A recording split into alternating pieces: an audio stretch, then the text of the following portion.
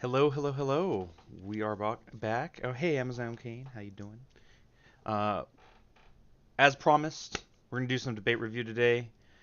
Get back into the swing of things. I found what I hope will be a juicy one. I was debating whether we should do it on stream, like see what people want to find interesting, but didn't want to muse too much on like, oh, what should we go over instead. But once more, getting ahead of myself. I always do this. I always do this. It's just a thing I do. Have my tea. Some more of that iced tea that I have. I want to finish it off. I only have a little bit more left, so I'll likely finish it today. So what have we got on the docket today? As I say, going to be a debate review, though. We might have to break this up. We might have to break this up over 2 days, and I'm actually pretty okay with doing that if that's a thing that we have to do. Just some of these are really long, and I talk a lot.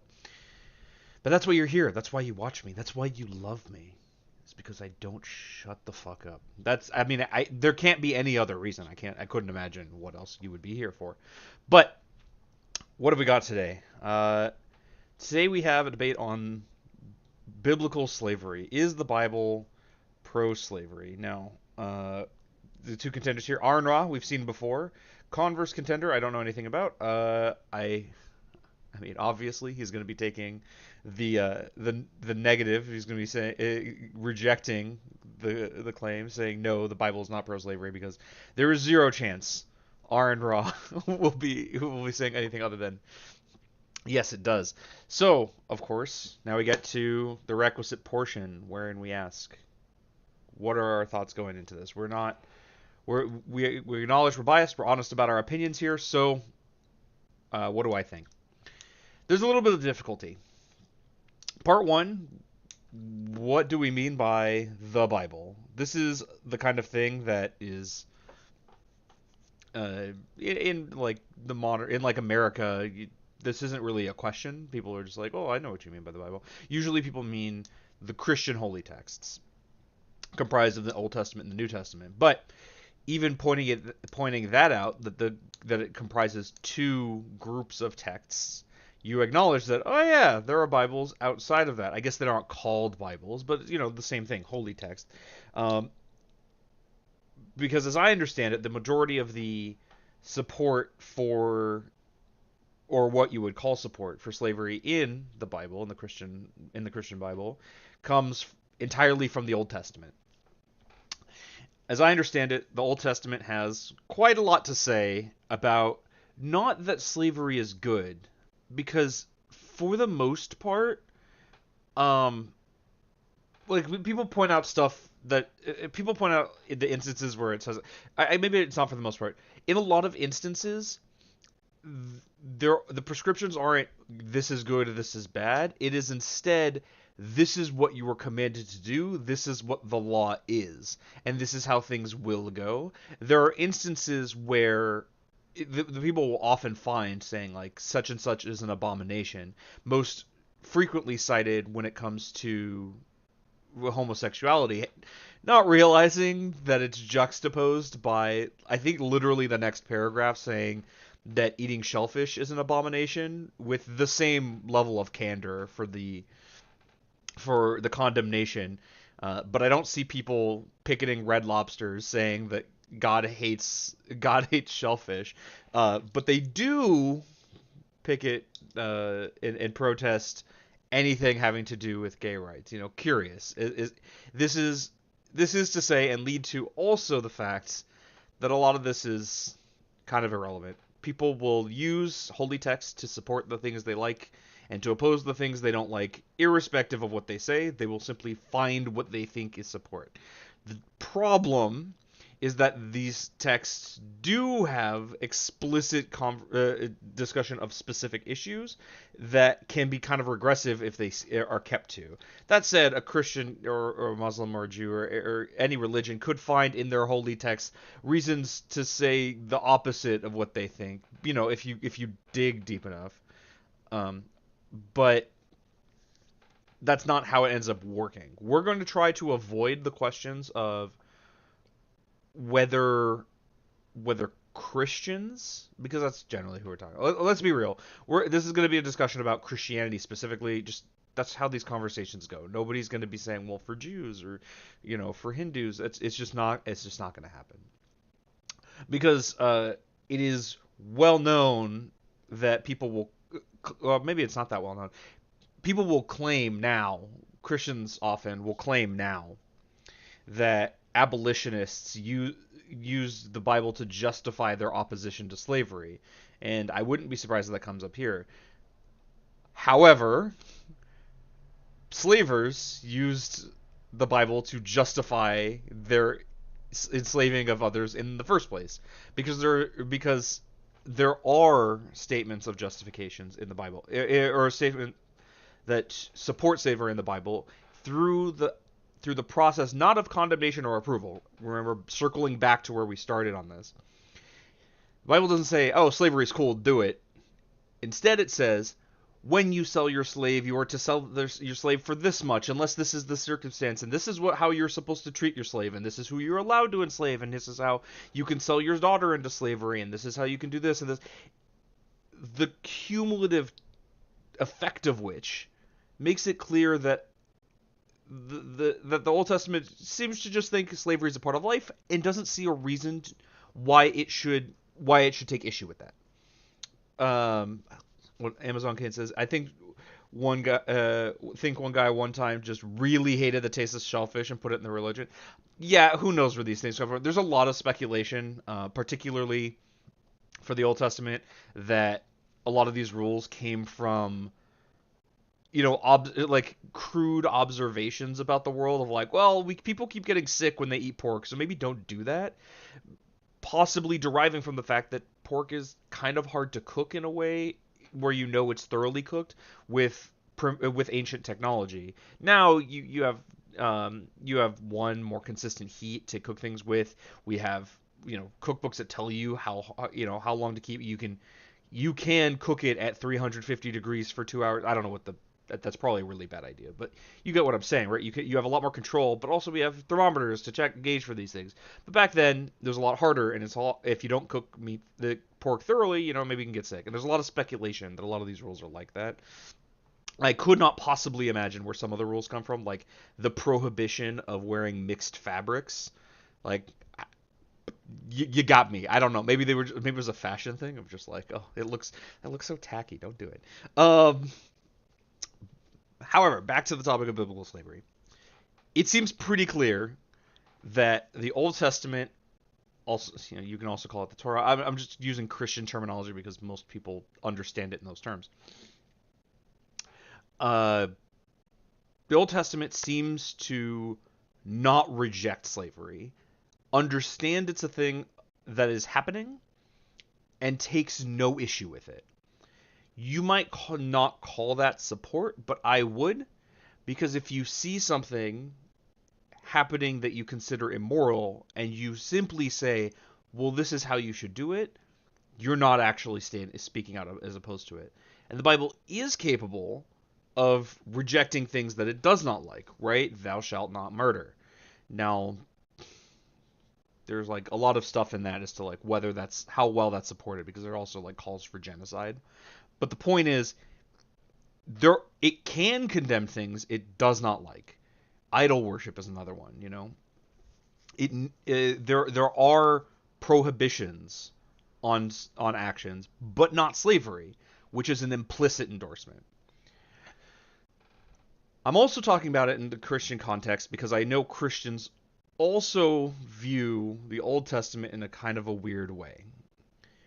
This is the kind of thing where if you talk to 6 different denominations of Christians, you'll get 6 different approaches. Christianity seems in general to reject for the most part the prescriptions in the Old Testament. This is pretty clear when you consider that Christians don't do anything Jews do. Like, for real. It's like Christians don't celebrate Passover. They don't keep kosher. They don't feel they need to, or that it would make no sense to them if you suggested they should. Maybe some would understand why you would say that, but like for the most part, like a person who is like the embodiment of Christianity, for the most part, wouldn't understand why you would do that. As I understand it, the justification for this is that with Jesus came a new covenant. I don't know how well that was supported in the text. I don't know if that's just like the church started to believe that, or if the text actually justifies that. That said, Christians also will run to the Old Testament when it comes to prohibitions on homosexuality, as we discussed, or when they want to pretend to care about the Ten Commandments, which they very much don't. It's really Hegel or get sick from it. Yeah. They they very much don't actually care about the Ten Commandments, but they will run to the Old Testament. It's not in the New Testament that uh, uh, that you should like these specific rules should be what held to or whatever, but they still approach it. It's a very piecemeal approach, and I don't think there is a sensible way that they go through it so much as like what works for them, what appeals to them.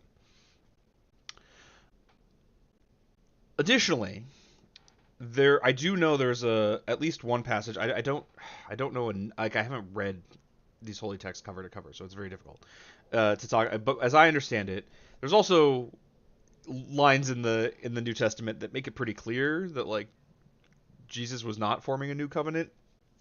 Uh, he says something to the effect of like I've not come to overturn the laws, but to like enforce it, something like that. That said, Christianity has proceeded ignoring the prescriptions in the Old Testament nevertheless. So it doesn't really matter in in a practical sense. It doesn't really matter if the New Testament says that Christians should abide by the laws of the Old Testament, because they don't. They just don't. So a Christian could very easily just say like, "No, I don't believe that stuff."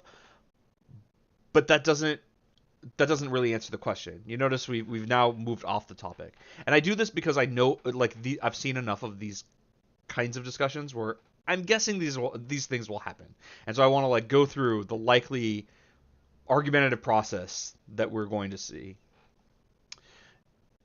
So we return to the question: is the Bible pro-slavery? Well, as I understand it, there is unquestionably a support of how to do slavery in the Old Testament. No question.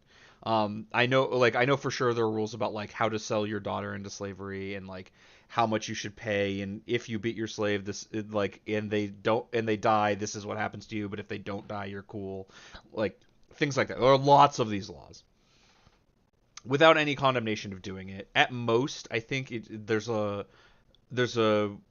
law saying that you can't take fellow Israelites or fellow Hebrews as slaves. Like, sure, I guess.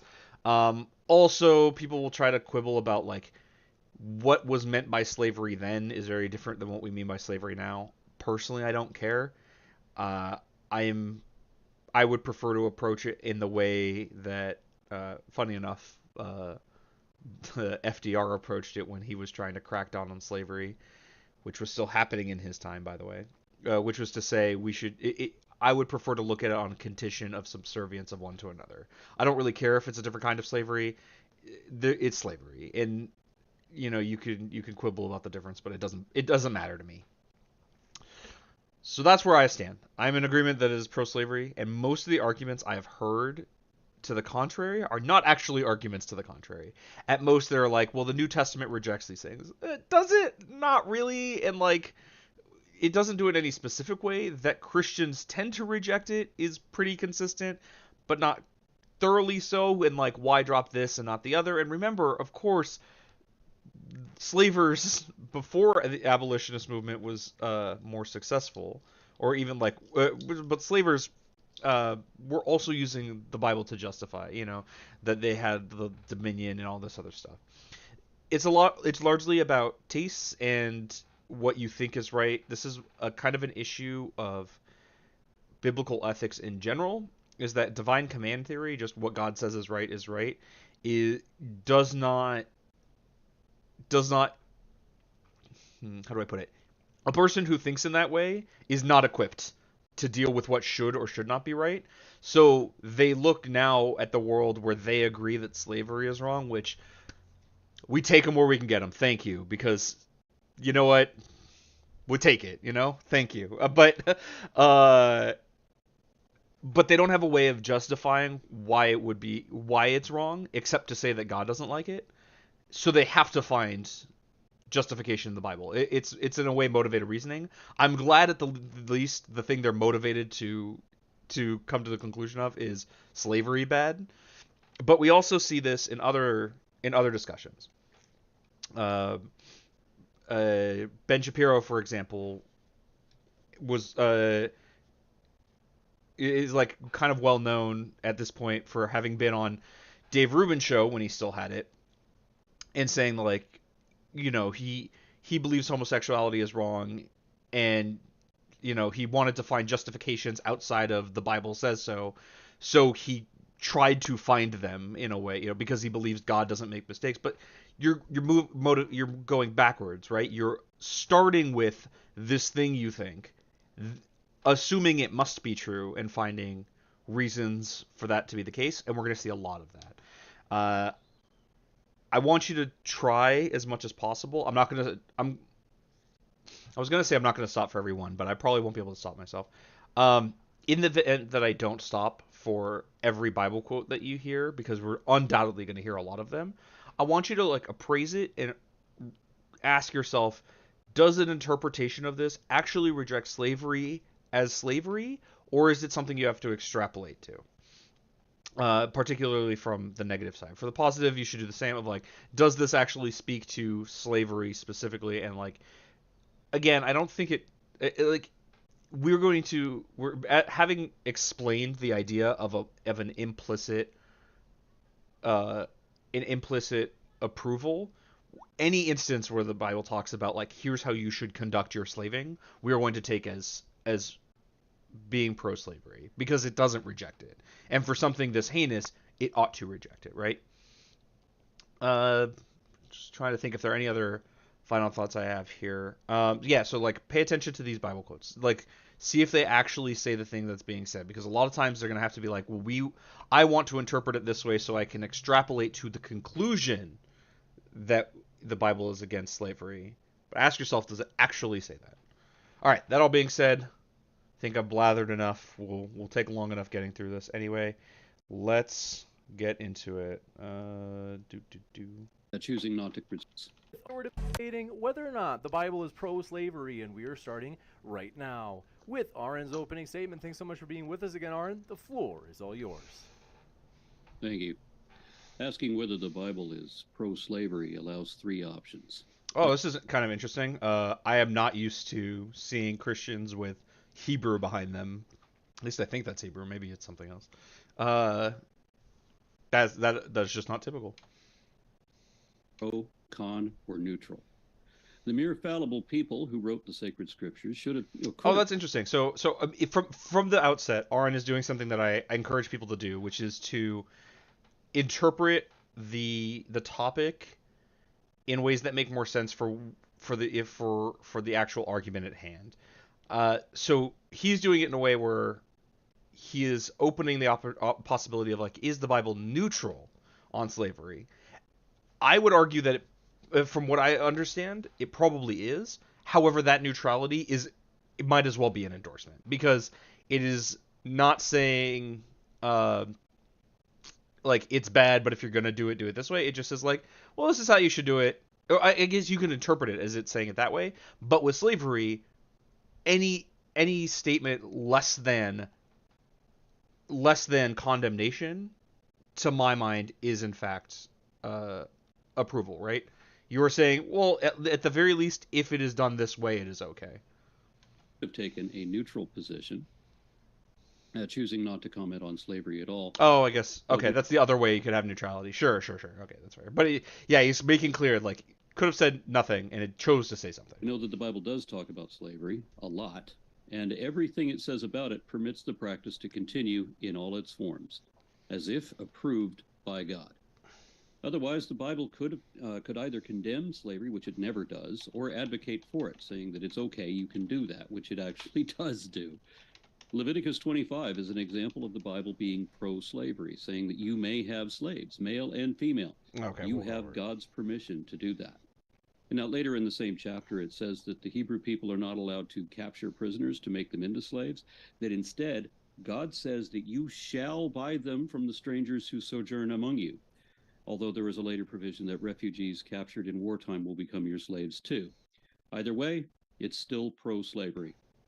And this is a problem for those who don't have an objective standard of morality, no criteria by which to determine whether something is or isn't moral. We're going to get everything like I was talking about. The universal understanding that a particular action or choice is immoral or wrong if it somehow diminishes happiness, well-being, or health, or if it somehow causes unnecessary harm or suffering, or both.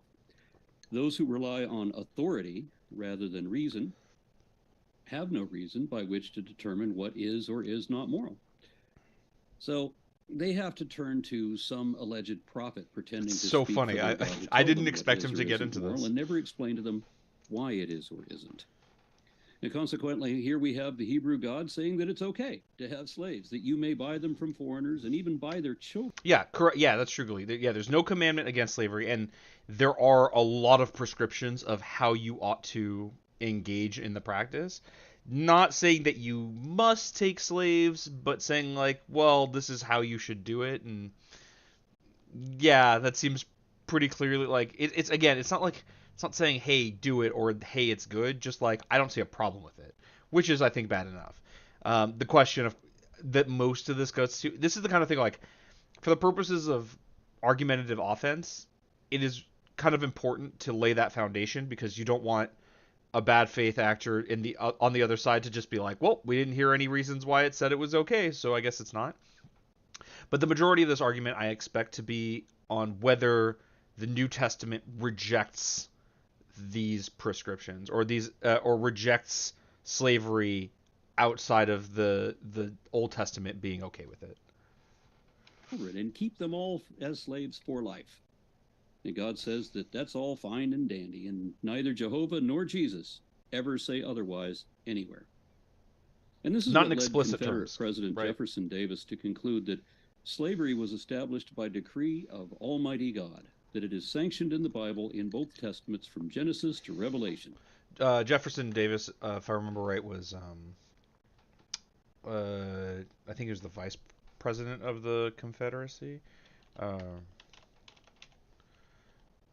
He was the president of the Confederacy. Yeah. So a guy very invested in the institution of slavery, and notice he was seeking his justification in the Bible. As I say, as much as abolitionists use the Bible to support their cause, pro-slavery people used it to justify themselves. Ultimately, neither of these. Ultimately, it's the reason that is not really evidence to one direction or the other. People are simply trying to justify their political ambitions in a country where people listen to a book written thousands of years ago, like look to a book written thousands of years ago for what they ought to do in the modern world, as opposed to trying to figure out what's good or not. But you know, it doesn't like the fact that abolitionists used biblical justification for their abolitionist movements and arguments does not mean that the Bible's against it, right? That's all I'm trying to get at. Yeah, here the curse of Ham in Genesis was a passage particularly used. There's like I said, there's literally a Wikipedia. Okay, the sons of Noah who went out of the ark were Shem, Ham, and Japheth. Ham was the father of Canaan. These three were the sons of Noah, and from these the whole world was peopled. Noah, a man of soil, was the first to plant the vineyard. He drank some of the wine and became drunk, and he lay uncovered in his tent. And Ham, the father of Canaan, saw the nakedness of his father and told his two brothers outside that. Wait, where do we actually get to the... Okay. Then Shem and Japheth took a garment, laid it on both their shoulders, and walked backwards and covered the nakedness of their father. Their faces were turned away, and they did not see their father's nakedness. When Noah awoke from his wine and knew what his youngest son had done to him, he said, "Cursed be Canaan, lowest of slaves shall he be to his brothers." Okay, there it is. He also said, "Blessed by the Lord my God shall Shem, and let Canaan be his slave." May God make space for Japheth, and let him live in the tents of Shem, and let Canaan be his slave. Uh, so yeah, like at the very least, well, I don't know that I would just say that this is necessarily justification, but like this is at least cited towards that end.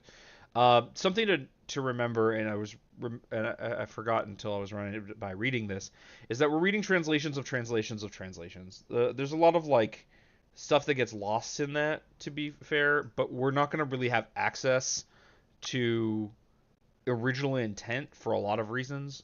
Not the least of which is we're reading this in English. If you read it in the original Hebrew, that would help, but as I understand it, Hebrew is a reborn language. As I understand it, ancient Hebrew was a dead language, then was revived, and I imagine there's some amount of translation difficulty, amount of meaning that is different now. I would look into that as opposed to taking my word on it, but just keep in mind also translation is difficult, but in a way it kind of doesn't matter because this is what we look to for, like it's these translations and these texts, even if you read in the original language, with the modern understanding of the words, that this is the lens that we have to view these texts. We don't have access to the original meaning, and I don't think it would be terribly relevant. It's terribly relevant given that. So there was a missed opportunity here. The Bible could have condemned slavery, and it would have had it not been written by slavers. It should have explicitly stated that it is a sin or an abomination or otherwise forbidden for Very one easily person could to own have. another. The same type of prohibition the Bible gives for so many other things. The Like Bible says that shellfish it's an and abomination to wearing eat mixed shellfish, fabrics, remember? or to mix wool and linen in the Oh. same garment. Aaron, It is a my violation man, of the get Ten out of my head. Commandments to boil a baby goat. I promise. I swear I have not seen this movie. I didn't pre-watch this. I swear I'm not like trying to act like I'm just. I've just seen this so many times. We're on the same page, Aaron. All right, you're killing it. Hit it up. In What's its up? own mother's milk, or to kill another person, Oh, we missed some of unless those, yeah. you're sacrificing disobedient children, or you have to murder your brother for believing in other gods. Or if they're And an it's a sin Amalekite. to be angry, or arrogant, or conceited, or lustful, or to work on the Sabbath, or to be divorced and remarried. The Bible prohibits all of these things explicitly. But the so-called Word of God somehow forgot to say, oh, by the way, it's also wrong or evil for one person to own another. Something I want to note that's completely irrespective of what Aaron's saying, even though I agree with all these hot bangers he's firing off. But one thing I was noticing while he was talking is I was looking at Converse Contender, and I noticed he's looking down and writing. It seems like this indicates to me we're likely going to get someone who's attempting to argue in good faith, which is very nice and refreshing. Like that he's trying to approach this very seriously, and he's like, I'm not just going to listen and try to respond. I'm going to write down so I can remember what I want to respond to, what I want to say about it. This is the thing that competitive debaters obviously do.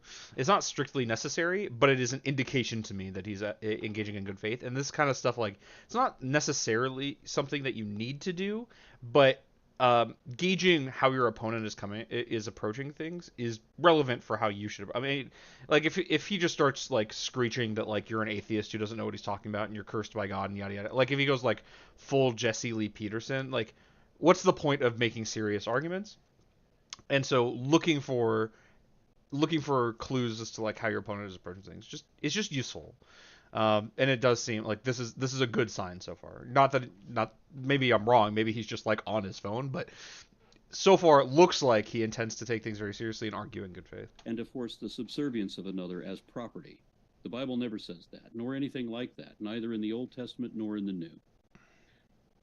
If it did say that somewhere, if there was some contradiction, like when the Bible says, thou shalt not kill, but then in the next chapter it says, kill every man and his brother, then my opponent might have a point to argue from. But this is one of those rare instances where the Bible does not contradict itself.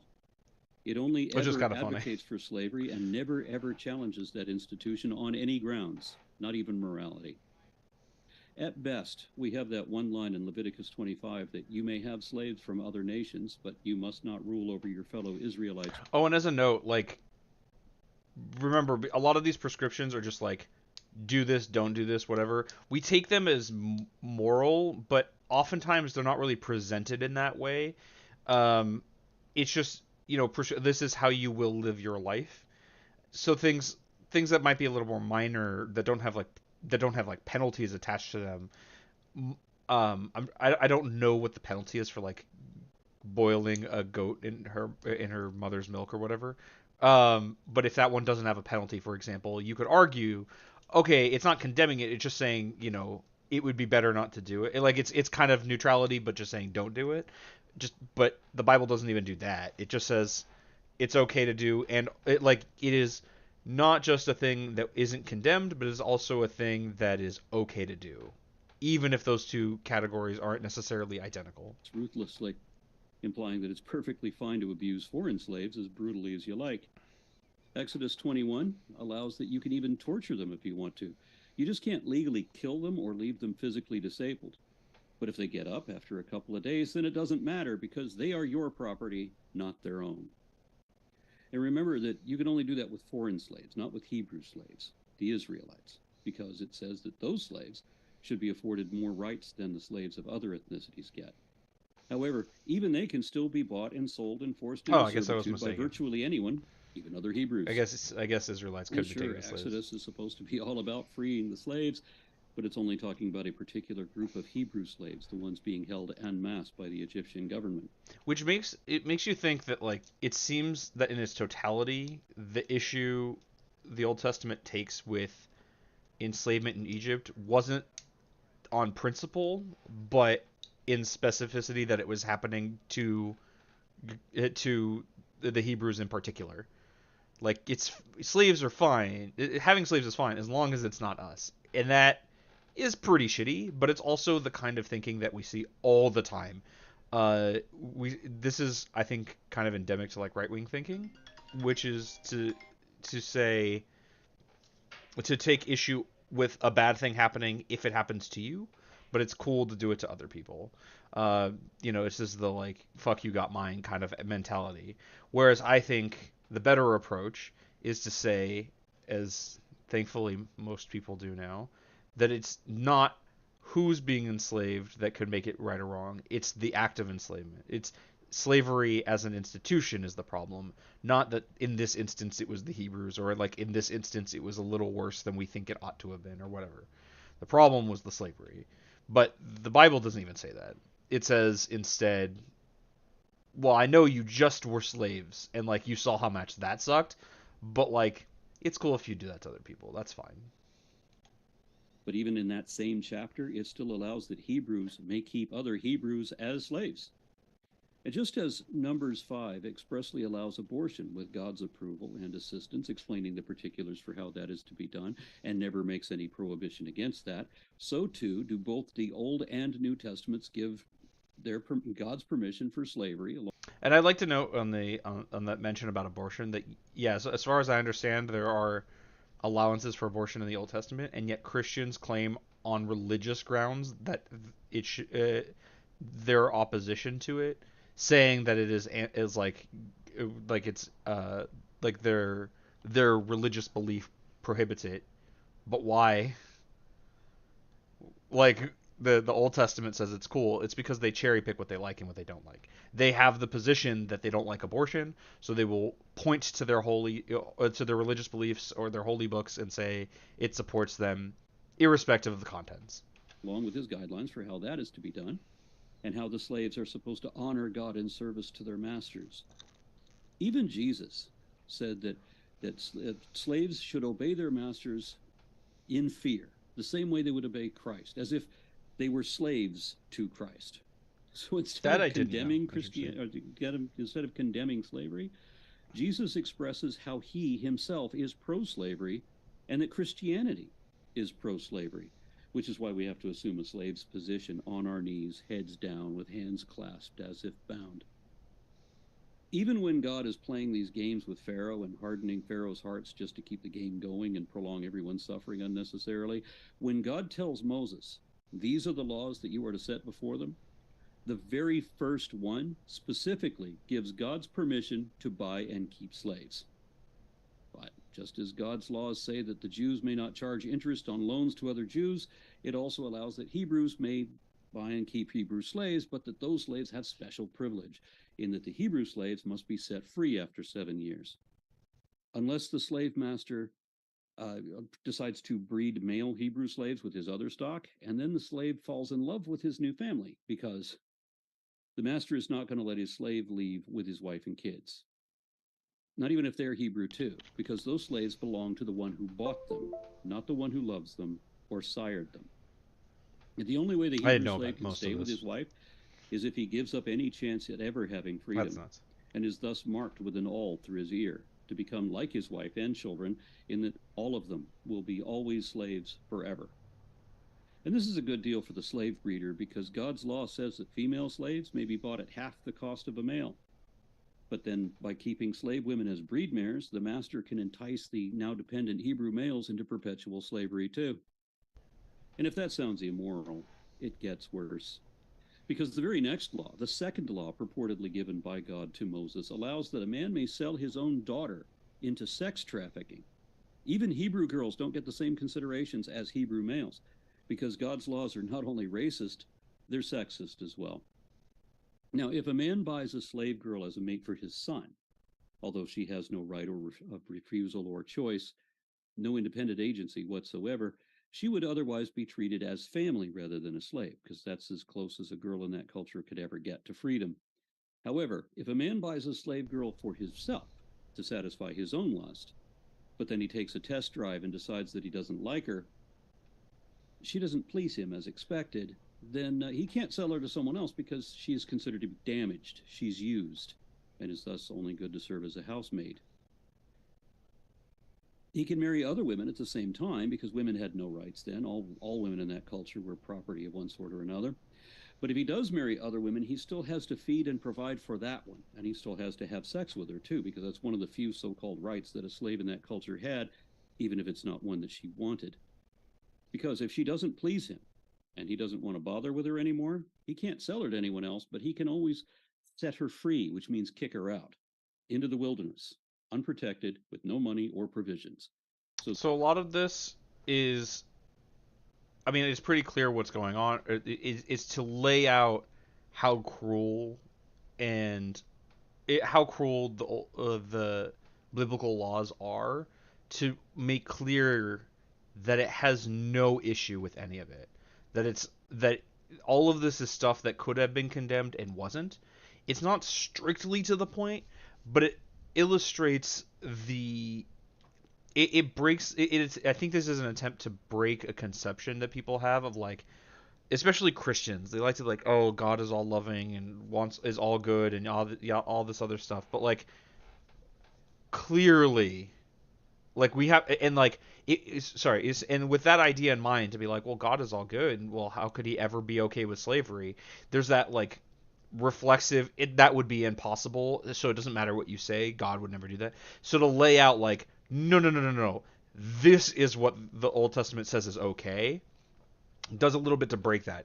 It is an emotional appeal, but, like, what else can you really say once you've laid out, like, okay, yes, it does. Like, what else can we talk about? This is kind of the difficulty of debates. Just a descriptive question. Is this the case? We can go to the thing. Hey, yeah, look, there it is. What else is there to talk about? And so now we get to the other side. This is in a way a little bit filling time. Peachy Keen, this is so elaborate and detailed. It must have been a seriously huge industry. Oh, I mean, maybe, I don't know. Back then, probably not. There just weren't that many people. But, like, it was a societal institution for sure. It was definitely, like, this is just the way the world works. A lot of this, like, detail and stuff is cultural stuff that probably wouldn't need to be laid out. It's like if someone tried to describe our culture to one that is very different from ours, there'd be a lot of, like, really detailed stuff to list in a lot of, like, it would seem really really intricate, but to us it's not like these rules really need to be stated. We understand them, like, this is how things are, and that's what he's trying to lay out, is how different things were, and not just different, but to the point of like, basically every woman is in some sense a slave, in that they're property to some degree, and, like, this is how cruel it is, and yada yada, etc. So that she will almost certainly be killed or enslaved by someone else shortly thereafter, and he's just out the 10 shekels that he paid for her. Because the Bible God not only permits, allows, and promotes slavery. Oh, and the 10 shekels thing, that's a prescription for cost in the Old Testament. Like it specifically says like this is how much you pay for whatever. God even set the price, such that the female Oh, slaves he's cost getting half to as that. much as the men. It will always be 10 shekels for a teenage girl, no matter what the exchange rate is, regardless of inflation and what the price of a bagel is. And it's funny that the Bible says that lust is a sin, but that slavery isn't. Not even when it's the trafficking of children for sexual slavery. Because in Numbers 31, Moses, the lawgiver, commanded his troops to kill all the Midianite boys and All right, he is every going to say the woman thing. who had slept with a man, but that they could keep all the virgins for themselves. Wink. The New American Standard Version refers to these. I think in the text they were just like, "Do I put the winky emoji?" And they're like, "Nah, I think they'll get it." It's pretty clear. Captured and traumatized virgins as girls. The New Revised Standard calls them young girls, while the King James Version calls them women children, and Young's literal translation calls them infants. And since all of these refer to their young age as distinguished from adults, then these girls would likely have been preteens, according to Jewish tradition of marking that distinction at 12 years old. Yeah, remember, an adult then isn't an adult as we see it now. An adult is, adulthood begins at puberty. So, yeah, even if you say like, oh, all the like young women, that means like 13, 14, 15-year-olds or whatever at oldest. But if they're saying like the women children, that means prepubescent. In any case, it's clear we're talking about kids kept alive only because of the purity of their sex, with that as their only value to their masters. They are inarguably slaves, without right of consent or refusal. So taking their virginity is merely a property right. And I've heard the argument that what the Bible calls slavery is not the same as chattel slavery practiced in the U.S. until 1865. Not that it would matter if it was the same. Only indentured servitude, like what Jacob in Genesis agreed to voluntarily, and thus would not really be slavery at all, in which case that some definition is in order. Although there are some subtleties to be considered, the simplest definition of slavery is when human beings may be bought and or sold as property to be owned by another person, considered to belong to their master, for whom they are forced to perform labor or other services, while they are also deprived of some, but not necessarily all, of the rights enjoyed by free persons. Within the parent definition, there are a number of subcategories. Bonded slavery is where someone is forced to labor until some debt or other arrangement is satisfied. And this is not like Jacob's voluntary arrangement. By the way, bond slavery is a thing we had in the United States after the Civil War, and was the thing that I was referencing earlier that FDR was trying to put an end to. This isn't like wholly different from what from what we think of as slavery in America. If you're interested about that, because it is very interesting, I'll point you again to the Knowing Better video about neo-slavery, which I've done several times at this point. But if you haven't seen it, really, for real, watch it. Genesis, but it could apply to the males among the Hebrew slaves, though not to the wives given to them by their masters. Leviticus 25 makes clear that they, the wives given to them, are in the category of chattel slaves, who can be bought and sold and kept in servitude indefinitely.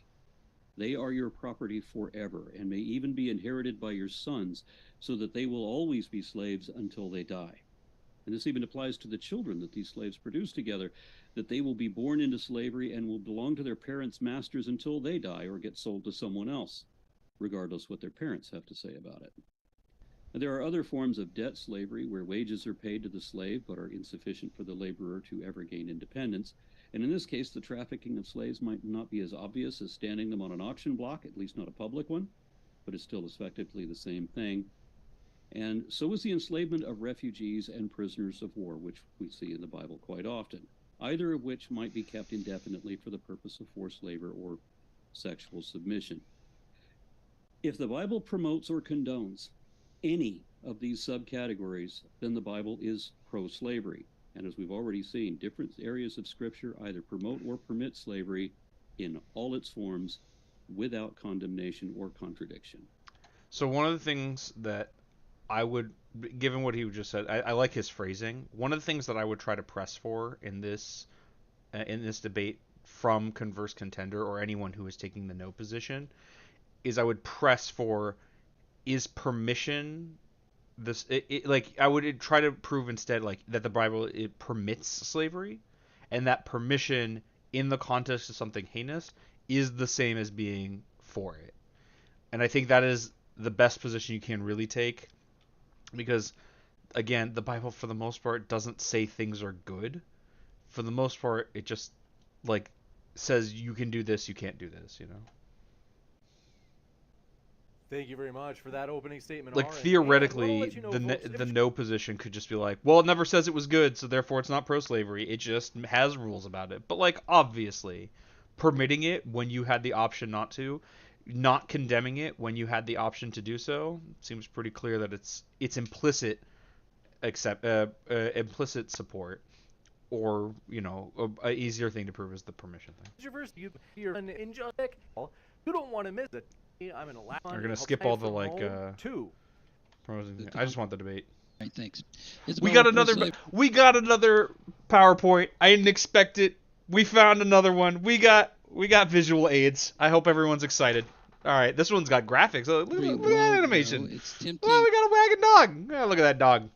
This is a hamburger. He's not eating it though. to comment on some of the points that were just raised by Aaron, but I'll save that for my rebuttal and get started here. Why is this So, dog let me here? first, Why is this dog start by here? pointing out I'm that, not look, upset about the dog. I agree that like many, if not most, attempts by Christians to talk about this topic are at best lacking. Christians can be stubborn, reactionary, and traditionalist noted. But with that being said, tu quoque, this just goes as much for non-believers. They have a chip on their shoulder about this topic. It seems. So, all right. I thought we were in for some good faith stuff. I'd like you to note what he just said. Oftentimes, apologetics is lacking, but you too, that is literally a fallacy. He even names the fallacy tu quoque to say like, and you do it too. Who cares? The arguments are presented, and we're beginning with this. It's a bad sign. And so is the PowerPoint with stock footage. That's another layer. Ooh. I didn't expect it. I don't.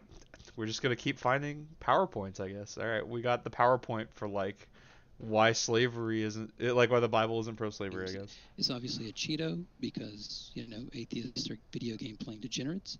But What? I digress. I've found myself in many conversations with atheists where they just want to claim that I'm a no-good slave apologist, just for refuting claims that are clearly false.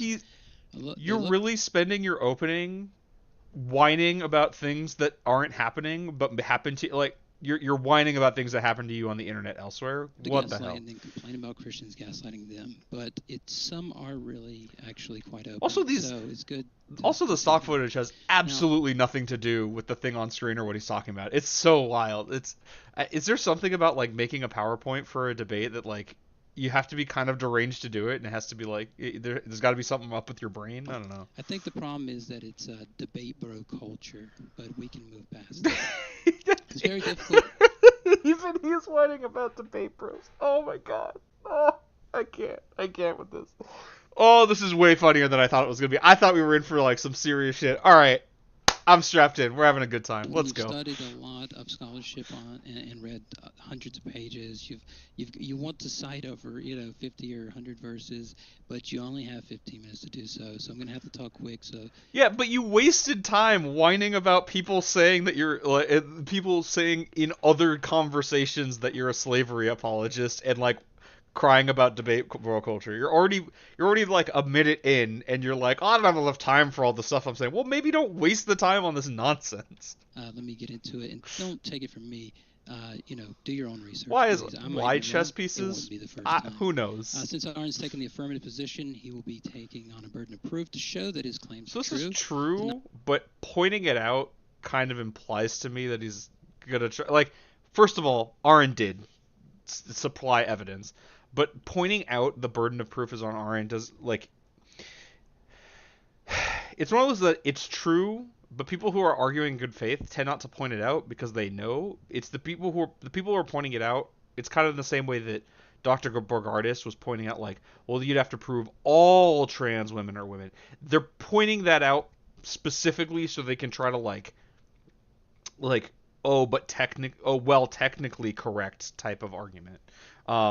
We'll see if that's where he goes, but like, That's really the only reason to point it out. It should be clear that that's what's going on. The only time you should like it should come up otherwise is kind of the way Sanvi Reasoning did, though she was still doing it in a pretty shitty way, where she was like in conversation pointing out that she's not justifying her position because that's not her burden. All right, let's go. I will defend two basic positions. First, a fairly standard view that the Bible isn't pro-slavery, but instead the Bible shows a development away from the institution in the Old Covenant, which was as common as capitalism is. Okay, this is why the burden of proof thing was. So he's saying, I don't have the burden of proof, but my counter argument requires me to prove, right? It's not like to say, oh, Aaron has the burden of proof requires him to justify his claim in the first place, which he has, by the way. And I don't have to prove anything. I just have to say, no, not that. That's the implication. But his actual counter argument isn't to say that what Aaron was talking about was wrong. It is instead this would be like an affirmative defense, to say the Bible is showing a development away from that's actually what's going on, right? And you'd have to justify that that's what's going on. What we would expect to see, by the way, if the Bible was showing a development away from the institution, is that in the outset, because slavery was a thing before the writing of the Old Testament, that it would have rules about maybe being kinder than was otherwise done, which maybe you can make the argument it is, but ooh, that's bad. You would also expect that there would be laws or indicating an intent to decline away from the institution. So you would say, like, you may not take any new slaves. You may only buy from you may not create any new slaves, and you can't buy slaves. That would mean that this institution would eventually end when all the slaves die, right? There you go. But it doesn't have anything like that. And then you have one of two things need to happen. So here's the thing. Christians often are like, well, obviously the Old Testament was just written with the intention of the New Testament coming about, but obviously Jews don't believe that, and so you have to be a Christian to be able to say, well, the New Testament rejects it, therefore we can reject what's in the Old Testament. Where like the initial writers may not have had any of that in mind. I don't think they did. And so it's like kind of making some assumptions, but even on top of that, then you would all expect that the New Testament does reject it, but apparently it doesn't, right? That's you'd have to justify that it does reject slavery. It's not sufficient for you to say Aaron has to prove his point. You have to demonstrate that the New Testament, at a minimum, the New Testament, because since the Old Testament is kind of a lost front there, that the New Testament clearly rejects slavery, and you'd have to demonstrate that. So no, the burden of proof would be on you for that. Now, and teaches a human ethic in the New Covenant that is incompatible with what we here's that New Covenant stuff. Slavery. And second, somewhat more novel position that goes further, the data in the Bible dealing with what people are calling slavery is better understood as household adoption or marriage. But let's say that second. What does that even mean? Scrutiny, the first position is all one needs to get started. But you would have to demonstrate. Scholars generally think that there was an ownership of chattel slaves in the ancient Near East. And I do love. Okay, so I know it's just stock footage, and he's just like, I don't know, people having a meeting. That's what I want for the research. But like the thing they're poring over looks like one of those like, all right, I got the balls, the twine between the pictures, and it's like the madman's map of the universe, which is kind of what you have to do if you're going to argue that the Bible doesn't support slavery. So I appreciate the inadvertent honesty. I didn't say it can't be. Instead, I read the literature and took a position like some scholars, such as J. Caballero, a Christian scholar of the ancient Near East who contributed to Dr. Joshua. So here we have, I'm not just crazy. Guy who you should believe agrees with me. This is an appeal to authority, very clearly. His book. The position is basically that it is true that this is the kind of soul math you have to do in your head to like, oh, I know it says that slavery is cool, but if you carry the one and then look at the New Testament and then delete 3 words from that sentence and add 6 more into a different one, then we can come to the conclusion. Yeah, that's basically what you got to do. Institution that was is similar in ancient Israel, but Jesus fulfilled the law and showed us that some of the laws Moses gave the people. Yeah, so this is a position I've seen a lot before, and I think we discussed this prior to the debate. And why I was approaching things the way this is usually the argument that happens, is that because they cannot possibly claim that the Old Testament doesn't support or doesn't allow for slavery, so they have to say, okay, yeah, sure, but the New Testament rejects it. This is why it was important that Aaron pointed out that no, it doesn't. My guess is we're gonna ignore that. I mean, obviously this is an opening. He's not responding to Aaron, but my guess is he is actually just going to ignore that Aaron was saying it doesn't, and we're going to see, I think, a lot of extrapolations from New Testament quotes that don't actually talk about slavery, but we're going to act like they do reject slavery. And that's why I was saying at the outset, and I want to remind you here because we're likely going to get them very soon, try to evaluate each citation, each quote from the New Testament. Is this actually talking about slavery? Is this actually rejecting it? Well, we'll see. Hearted, and it wasn't like that from the beginning. So in Matthew chapter 19, the Pharisees tried to trap Christ by asking, is it lawful to divorce one's wife? Christ said that what God brings together, no one should separate. Then the Pharisees said, why did Moses command us to give a certificate of divorce to our wives then? And Christ said, because of the hardness of your heart, Moses allowed for divorce of your wives, but it was not so from the beginning. So I want you to note that has, so again, like I said, that has nothing to do with slavery, but the implication, the argument he's trying to make is like, just because God said it was cool doesn't mean it is okay. He was just saying like, well, he let you do it even though it wasn't okay, which is really weird because there are lots of things that you weren't allowed to do that weren't okay. Why were these things allowed for? Why, like, I don't know, because of the hardness of your heart, you were allowed to, I don't know, do whatever murder, to wear mixed fabrics. Because of the hardness of your heart, you were allowed to wear polyester. But now it's, why? Why should it be like this? And remember, Christians also think that those things are things like polyester or shellfish. Those prohibitions no longer stand. So you have to ask, like, okay, then what is the basis for your code of laws that you're arguing exists? But they don't really have one.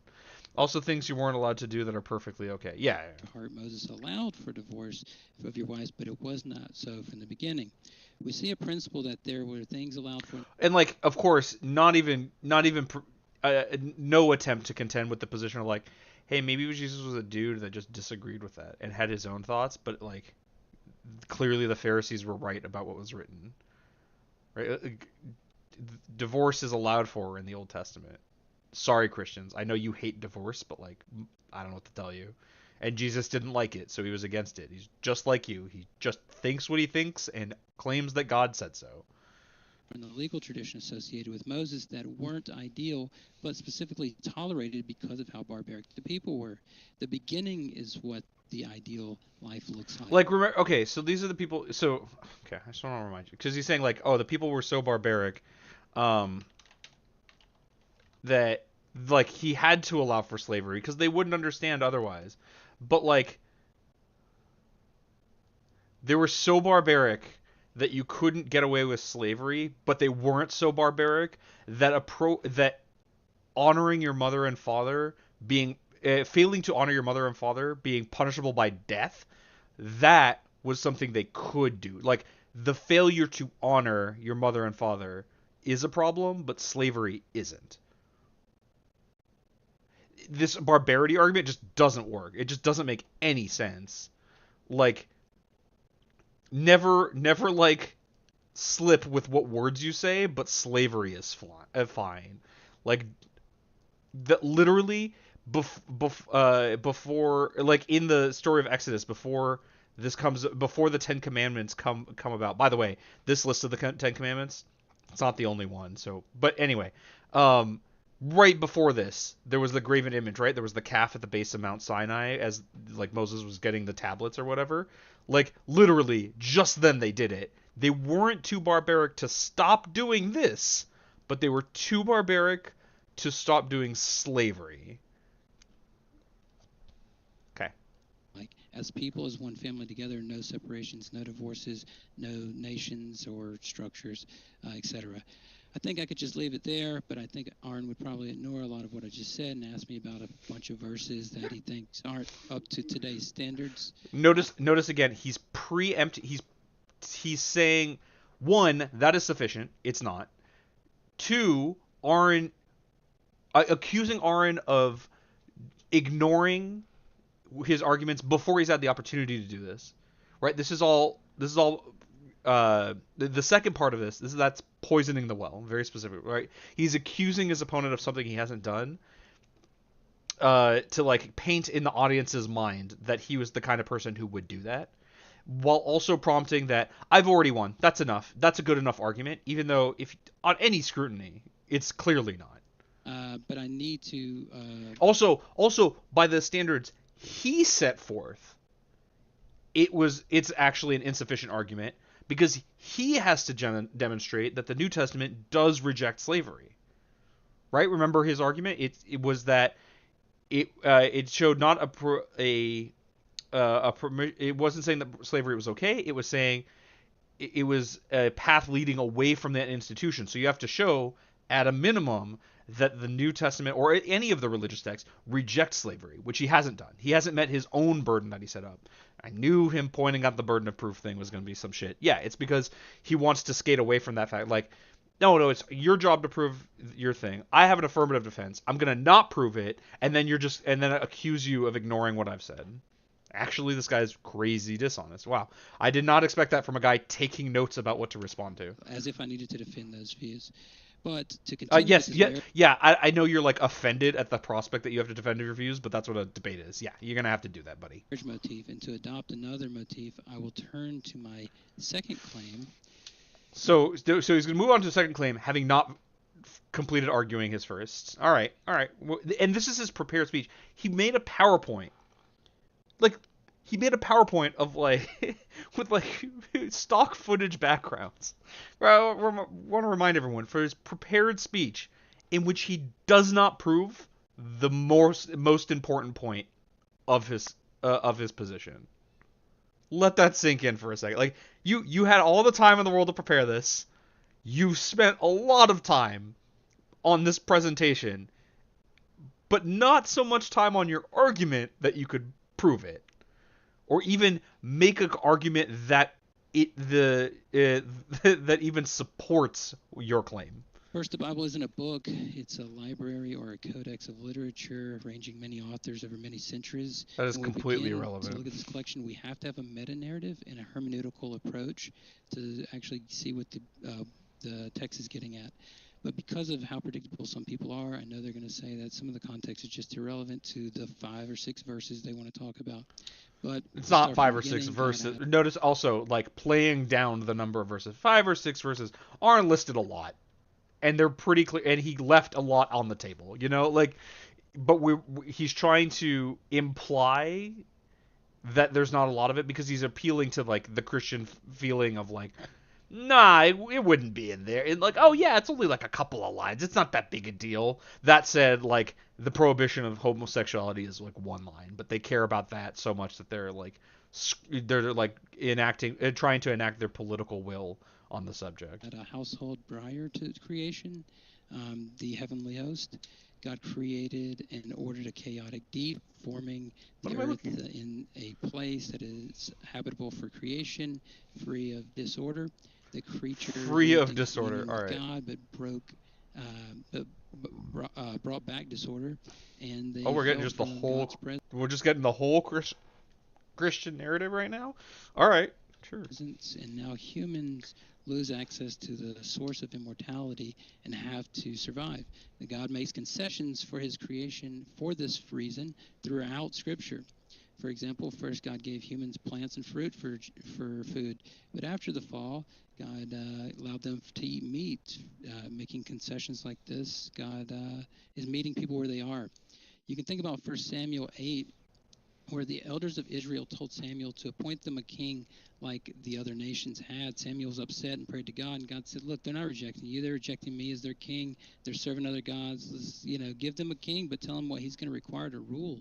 And he says, okay, that's fine, but he will take your sons and your daughters and make them serve. He will take your servants and make them serve. He will take you and eventually make you serve him.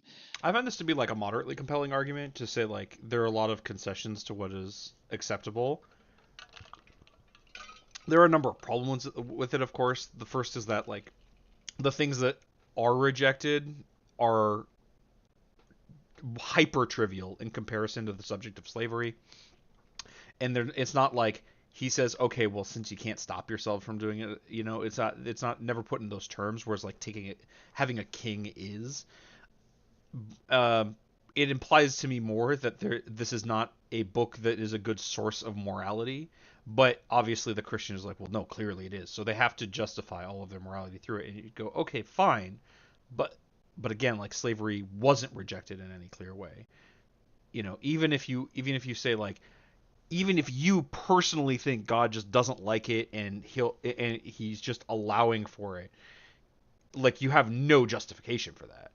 You'd have to like you can't find anywhere that it says otherwise. And so the person who would look to it and say, well, clearly God says it's cool, you could at most say, I think it's just allowed, not okay.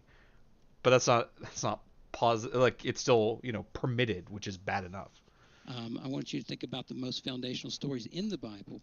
After the Tower of Babel, God separates the nations. In the next chapter, God says, okay, they don't want anything to do with me. I'll choose somebody and make a nation for myself. God chooses Abraham, and who's the father of the Israelites. Tell him to leave your ancestors' homeland, your father's household, to the land I'll show you. God tells him that he'll be a stranger in another land, doesn't even tell him where he's going, and Abraham keeps being called a foreigner and a sojourner. Then God makes a covenant with Abraham, says he'll bless all the nations of the world. He just disinherited the nations, but now Abraham is going to be the key to blessing all those nations. When Abraham didn't have any children, he said that God, my servant, will inherit my estate. All of his things would go to What does this his have to do with servant if he anything? passed. Let's look at another story. Abraham. I want you to notice like the difference of clarity. When Aaron makes his case of like, here is why I think the Bible supports slavery, it's like, oh yeah, because here it says like this is okay, and like it doesn't go on these like huge digressions. And then instead, this guy has to tell like every story that he's ever heard in the Bible, so he can be like, well, clearly God was like, yeah, it's fine, but he didn't want to, even though I can't prove that. Like, notice the difference in clarity. It's such a big deal. Whom the name Israel comes from, is mistreated as a servant. And when you look at what his wives say about their inheritance with their father, they say, did we not, do we have any inheritance left in our father's estate? Does he not regard us as foreigners? We see the same thing in many other chapters. Let's look at one more foundational story. We have Joseph was sold into slavery by his brothers. Again, what does this have to do vindicates with him by raising him through the ranks to become the vizier or second in charge only to Pharaoh in Egypt. And Joseph saved his brothers and countless others from a famine, and Joseph's whole family were given an inheritance property, an akuzah, in the best part of Egypt by the Pharaoh. We get this concession language that when Joseph's brothers realize, they cry and apologize to him, but he says, you brought this about for evil, but God brought it about for good. The next foundational story, literally, they were enslaved in Egypt, being treated harshly. Also, a note. Okay, I was gonna leave this alone, but he keeps saying it. He keeps referencing like the most foundational stories or whatever. This is one of those like he wants you to think that they're that important, but like obviously no one would go, what are the most foundational stories, and be like, oh yeah, remember that time where like Leah and Rachel were like disowned by their dad and they were like, what, do we get an inheritance anymore? Does anyone think of those as the most foundational? No.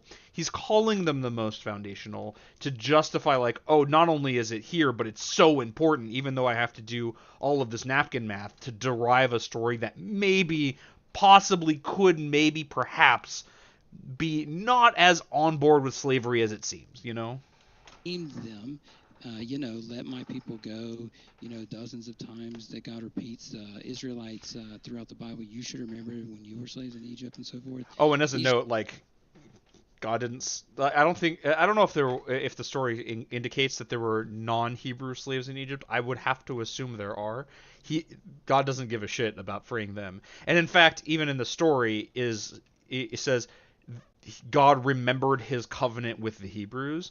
That one, he could have forgotten. Two, was like, oh yeah, I have to do this good thing for you. Not that it's like a good thing to do on itself, but like, oh yeah, I like made an agreement, huh? All right, fine. stories are kind of important for the formation of their beliefs, the things they're supposed to remember. Most people I talk to don't realize that there was a slave Bible in the United States that cut out 90% of the Old Testament and 60% of the New Testament.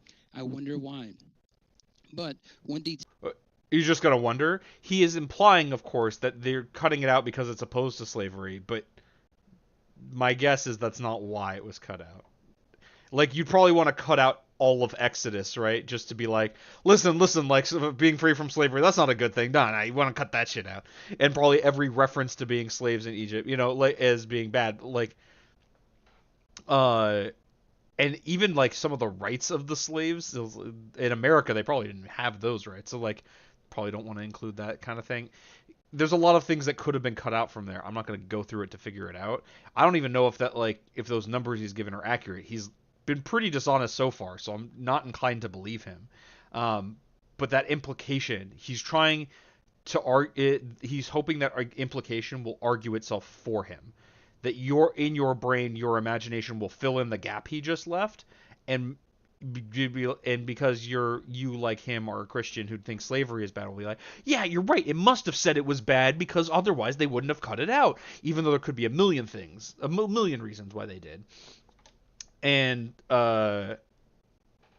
he's just gonna lean on that. I glossed over is that one of the most important tools to understanding this, why this is allowed for, is the Deuteronomy 32 worldview, as it's called. Most scholars are pretty much agree on this.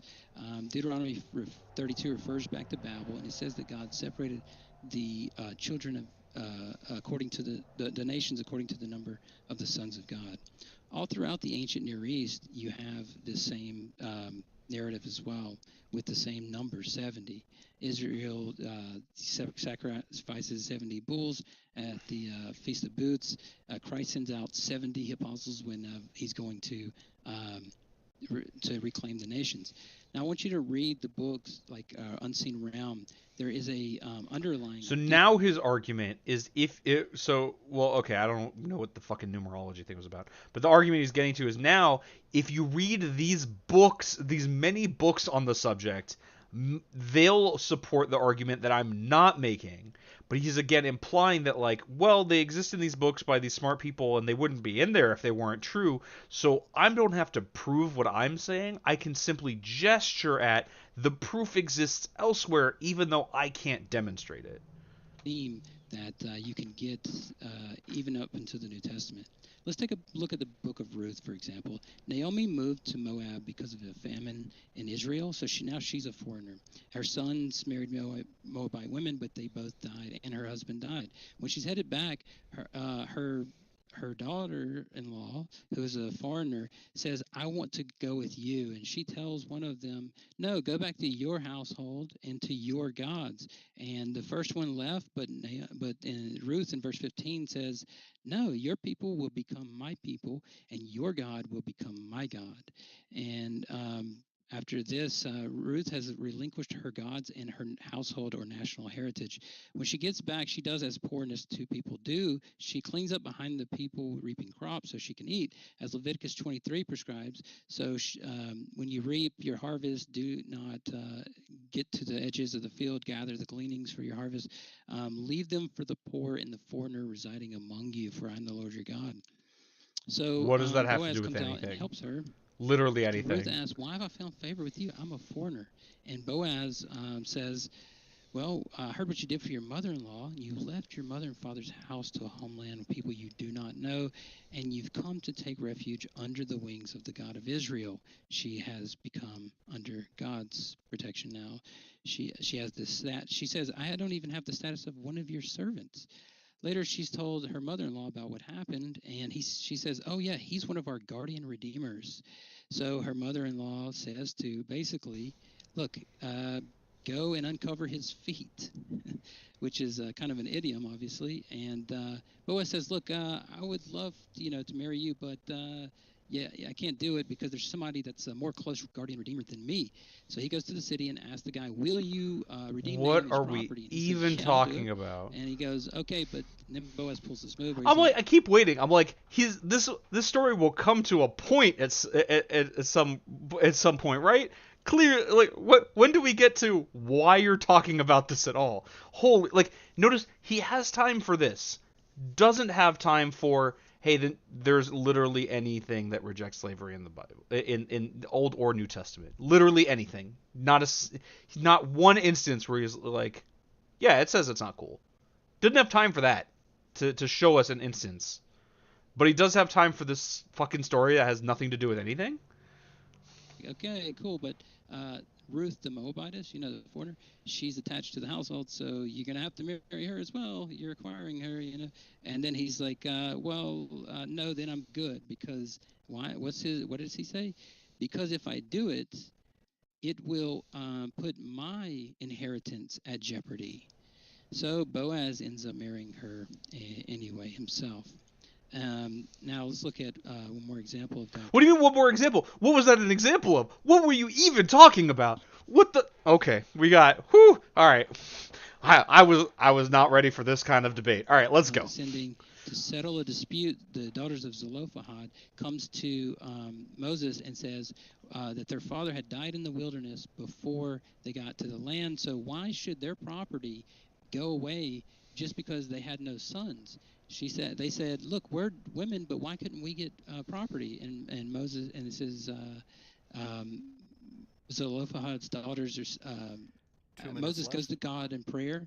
Moses goes to God in prayer and says, "Why can't we, why can't so we they're asking for have a property." point? And God says, "What Zelophehad's daughters are saying is right. You must certainly give them the property as an inheritance among their fathers and relatives, as an inheritance to them."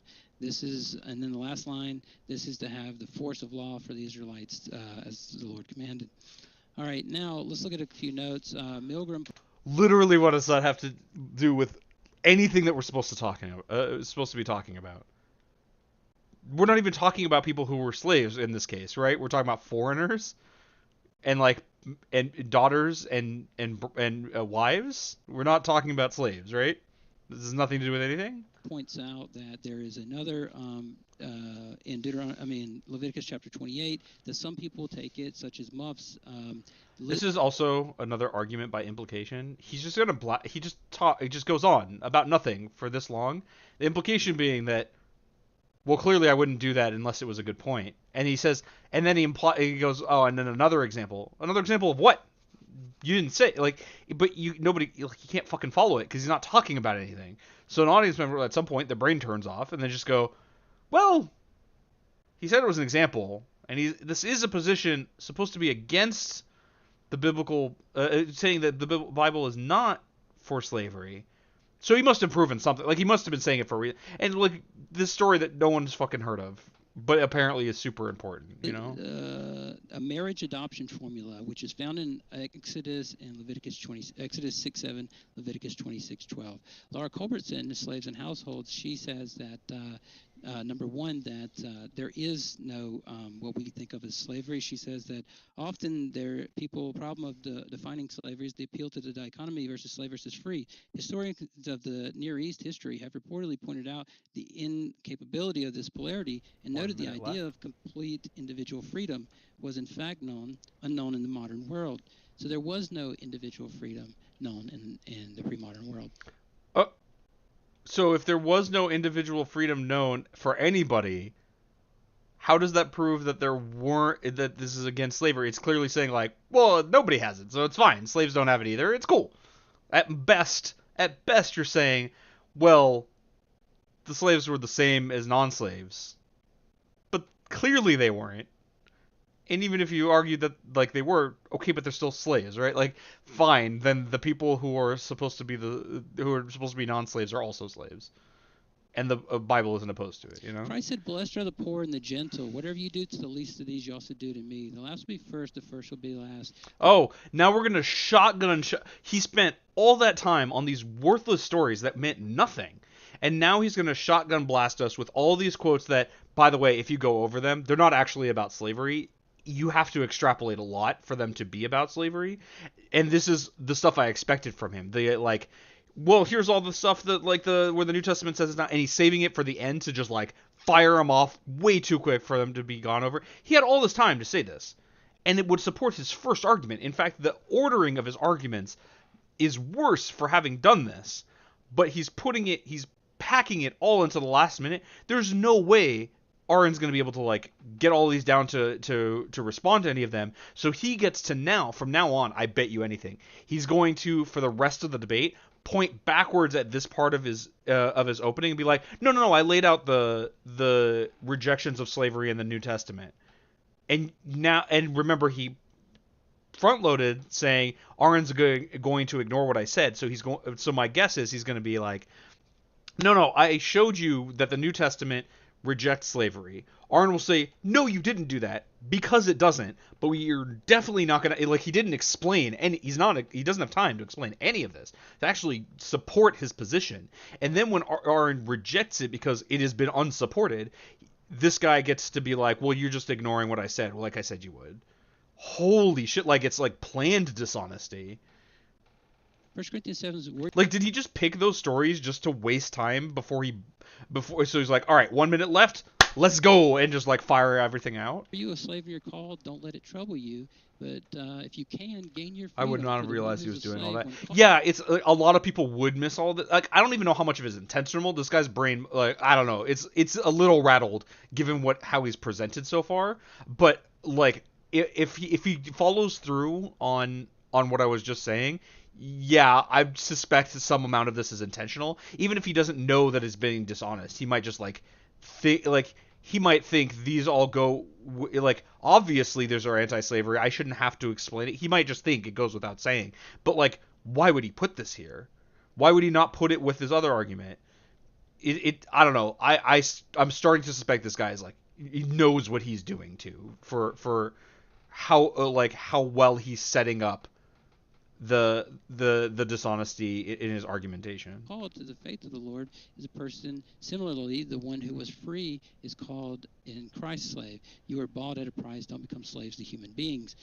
There's neither Jew nor Gentile, free.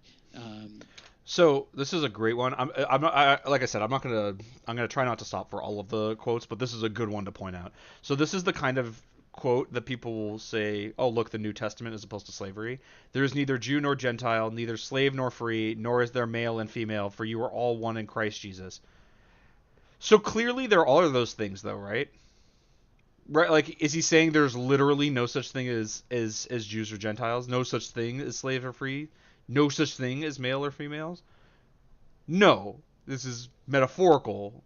What he's saying is that in the eyes of to Christ Jesus, there is no difference between people.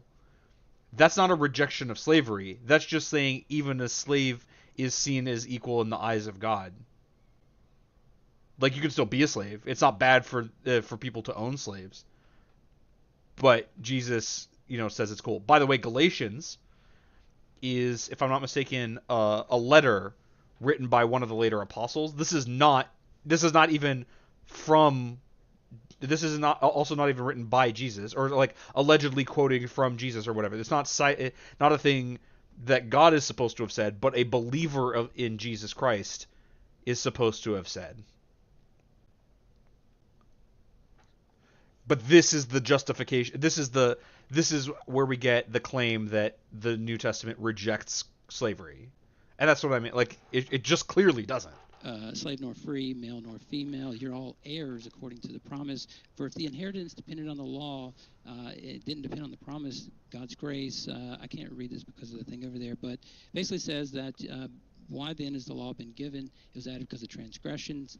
And then lastly, look at all of this text he's trying to get through in a minute. The adoption language. He says that we were adopted, we were redeemed.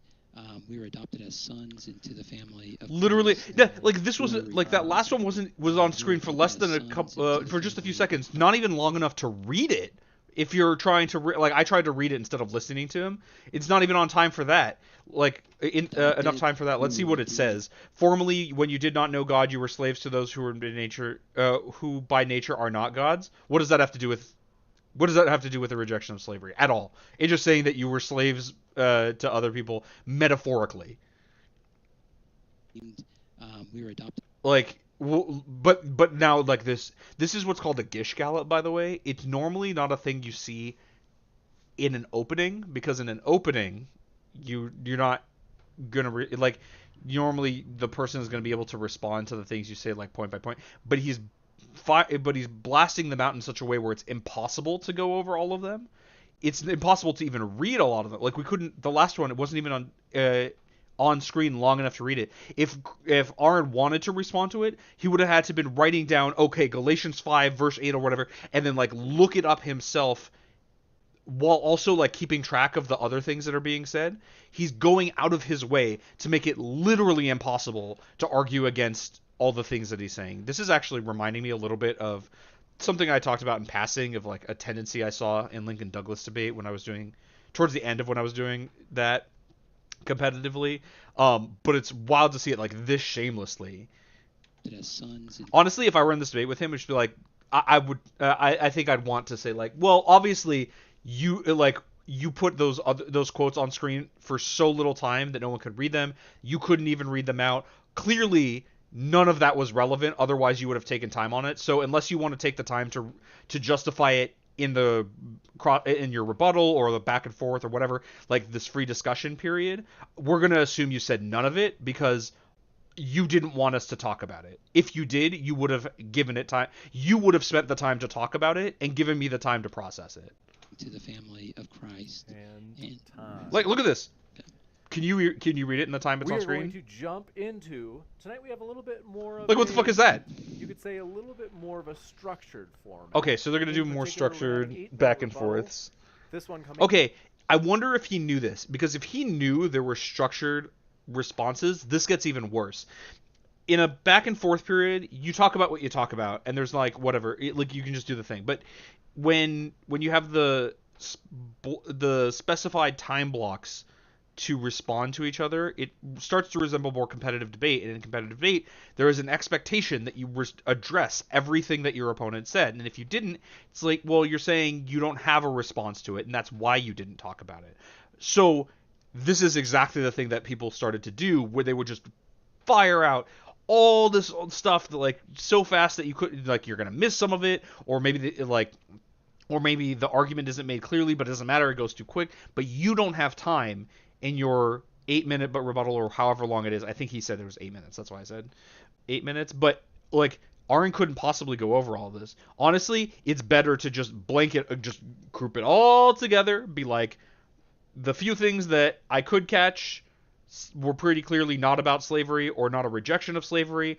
But obviously you knew that, because if they actually rejected slavery, you would have given the time to talk about them instead of waiting until the last minute to dump, what was that, like 20 quotes, as if they made any sort of argument whatsoever, and you wouldn't have wasted how many minutes on these stupid stories that talk about and prove nothing.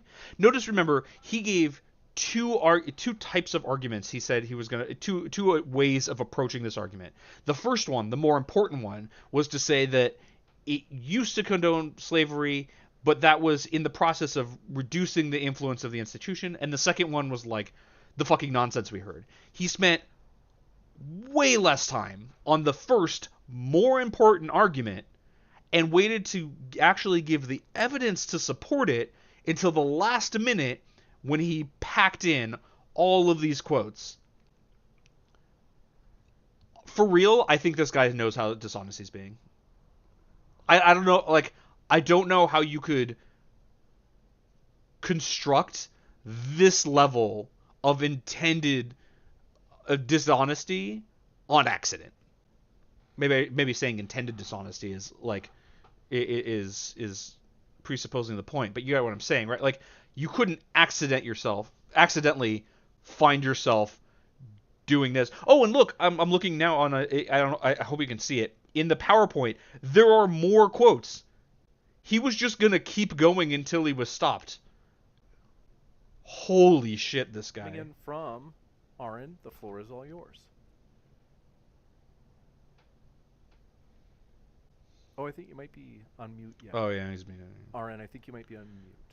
Let me ask to unmute. There you go. All right, no worries. Okay.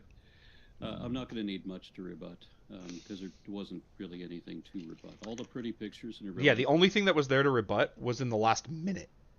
And he didn't actually make any argument. He didn't provide any analysis for these quotes. He just started hyperspeed firing them out. references failed to address any of the necessary points of this debate. My opponent neither rebutted the reverses that advocate slavery nor presented anything to contradict them. So this is a bit unfortunate. I think that was a mistake, Aaron. I don't think you should say he provided anything to contradict them, because that's what the last bit was about. So now he's going to say you're ignoring his stuff. Hopefully, Aaron will go on, will clarify. Maybe what he means is that he didn't reject any of the veracity of the quotes that Aaron was presenting, and instead provided arguments for what, like condemnations from after the from the New Testament. We'll see.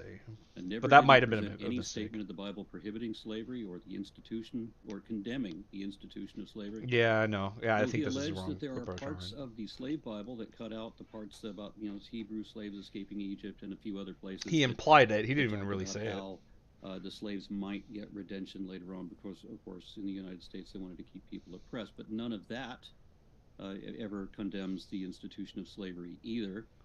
Otherwise, there was a moment when he sort of implied that there are times when a master can decide that they like their servants, either as family, friends, or perhaps as pets. And he presented one verse that was justifying slavery in this life on the impossible promise of a posthumous reward in the next life. So he didn't give me anything to work with. He didn't present anything relevant. Yeah, this My is point stands. this is exactly where I think a lot of people struggle, and it's the kind of thing that that I couldn't help but see very quickly. Like, Aaron's gonna fall into the trap. He's correct that his opponent didn't really argue with him, but he spent the last minute of his speech pretending like he did, like he has all this evidence, and to completely to not address it at all makes a lot of sense unless you realize the game that he's playing, which is to come back to, well, I told you he was going to ignore all of what I said. Look, I had all these quotes that he didn't talk about, ignoring the fact that he didn't explain why those quotes say what he said they said. He left them on screen for not enough time for anyone to read them, in addition to talking about something else while reading it, which is exceptionally... It's really hard for the brain to both read and listen at the same time. It's just multitasking is something that humans aren't very good at. And so now he gets to come back and say, oh, he didn't address any of my arguments, just like I said he wouldn't. I had all these quotes. They went unrefuted, and the New Testament clearly rejects slavery, even though none of that's true. Unaddressed. We'll kick it over to Converse for his opening, or I should say 8-minute rebuttal as well. Converse, the floor is all yours. And for real, use your time. I understand the impulse to be like, listen, I don't have much to work with, so why should I respond? But you only have 8 minutes here. He's gonna pack more in these 8 minutes than you could ever respond to in your 8. So you need to take the time of okay, if he didn't make any arguments, reaffirm your point. Go off again, spend the time, because you don't get it back. You don't get to save it for after he actually says something of value. Thanks, James. Yeah, so let's start where he ended. I didn't rebut his stuff in my opening. Yeah, that was also the expectation of rebuttal is not reasonable, but Aaron was meant to say he was saying that in I'm missing the word, in confluence, no, alongside the fact that he didn't make any arguments, present any positions that the Bible condemn slavery. He didn't demonstrate that either. But of course he's going to be like, well, obviously I didn't do that because that's not what my job was to do. And then Well, and then that's it one of leads the into points you're that I made ignoring in all the my opening, is that arguments. I want to do that, but I won't be doing But that. also this guy, remember, said his position was one where Aaron has the burden of proof, and so and the implication is therefore he just needs to disprove what Aaron said. So to say, well, okay, you didn't do that is relevant, but again, it's like Aaron's kind of walking into all of the dishonesty traps. In my opening, for the reason why he didn't rebut anything in his opening, because that's not what it's for. He mentioned the slave Bible and brought up the point that I brought up, but then he really didn't say anything about it. He just said, oh, he brought that up, This is but then nothing, just crickets. because you didn't so- say anything about it. Notice again, like because I didn't say anything. When my opponent doesn't say anything about it, clearly I'm right and he's wrong because he didn't disprove what I said. But you didn't say anything. First of all, he says that, in Leviticus chapter 25, it says that you may not rule over ruthlessly over your fellow brothers. And he says this implies that you can do that over the foreigners. But Jacob Milgram, in his commentary on it, Another guy which quotes in his disagrees, book, says that there's a direct parallel between these two. But when it comes to this expliciting or making this explicit, there is an uneasiness in this, and it is inferred from the pericope structure. But, however, this leaves the topic as an injunction unresolved. So he points to the fact that it repeats the injunction of D not to treat the Israelite harshly, implying that the non-slave may be treated harshly. This conclusion can only be drawn by comparison in two panels. Apparently, there was some uneasiness, so they didn't explicitly state it. So that's showing that. Look, wait, what? What did just he be- even say? What did he even say? Like, I conclusion was can only listening be for an drawn argument. I by didn't hear comparing one. That it repeats the injunction of D not to treat the Israelite harshly, implying that the non-slave may be treated harshly. This conclusion can only be drawn by comparison in two panels. Apparently, there was some uneasiness, so they didn't explicitly state it. So that's showing that. What? He didn't even make it. Did that even have any? Did that even say anything? Look, Okay. he's saying that you can't draw that conclusion. He didn't give any reason why you can't draw that conclusion. He just like said nonsense for a few sentences. Can you give us some analysis, some reason why that is correct instead of appealing to this authority that you like? Because the Bible doesn't draw the conclusion, and it uses an exact parallel until it gets to that point, and then it does not use the rest of that parallel because it's not saying that you can treat those people that way. Matter of fact, if you look, Now he's talking in really vague. That parallel, this, and you can't do that until this point, and those people. It's all in vague terms, which I think is intended to confuse and disorient. Right? He's not actually making an argument. He's talking, but those words don't mean anything. look at Leviticus chapter 25, you're going to see that you're supposed to actually treat the Hebrews or the Israelites. He says Hebrews, but the Israelites as foreigners. It actually says that in verse 23. Okay. What does that have to do with what we were talking about? Sorry, I believe verse 20. Wow, this guy might actually be too inept for Yeah. his own like strategy. Yeah, 35. If any of your fellow Israelites become poor and unable to support themselves among you, help them as you would a foreigner and a stranger, so they can continue to live among you. Do not take any interest. I want you to remind you that this has nothing to do with slavery, right? It's only arguing against maybe this implication isn't actually there, but obviously that has nothing to do with the explicit permission given to acts of slavery.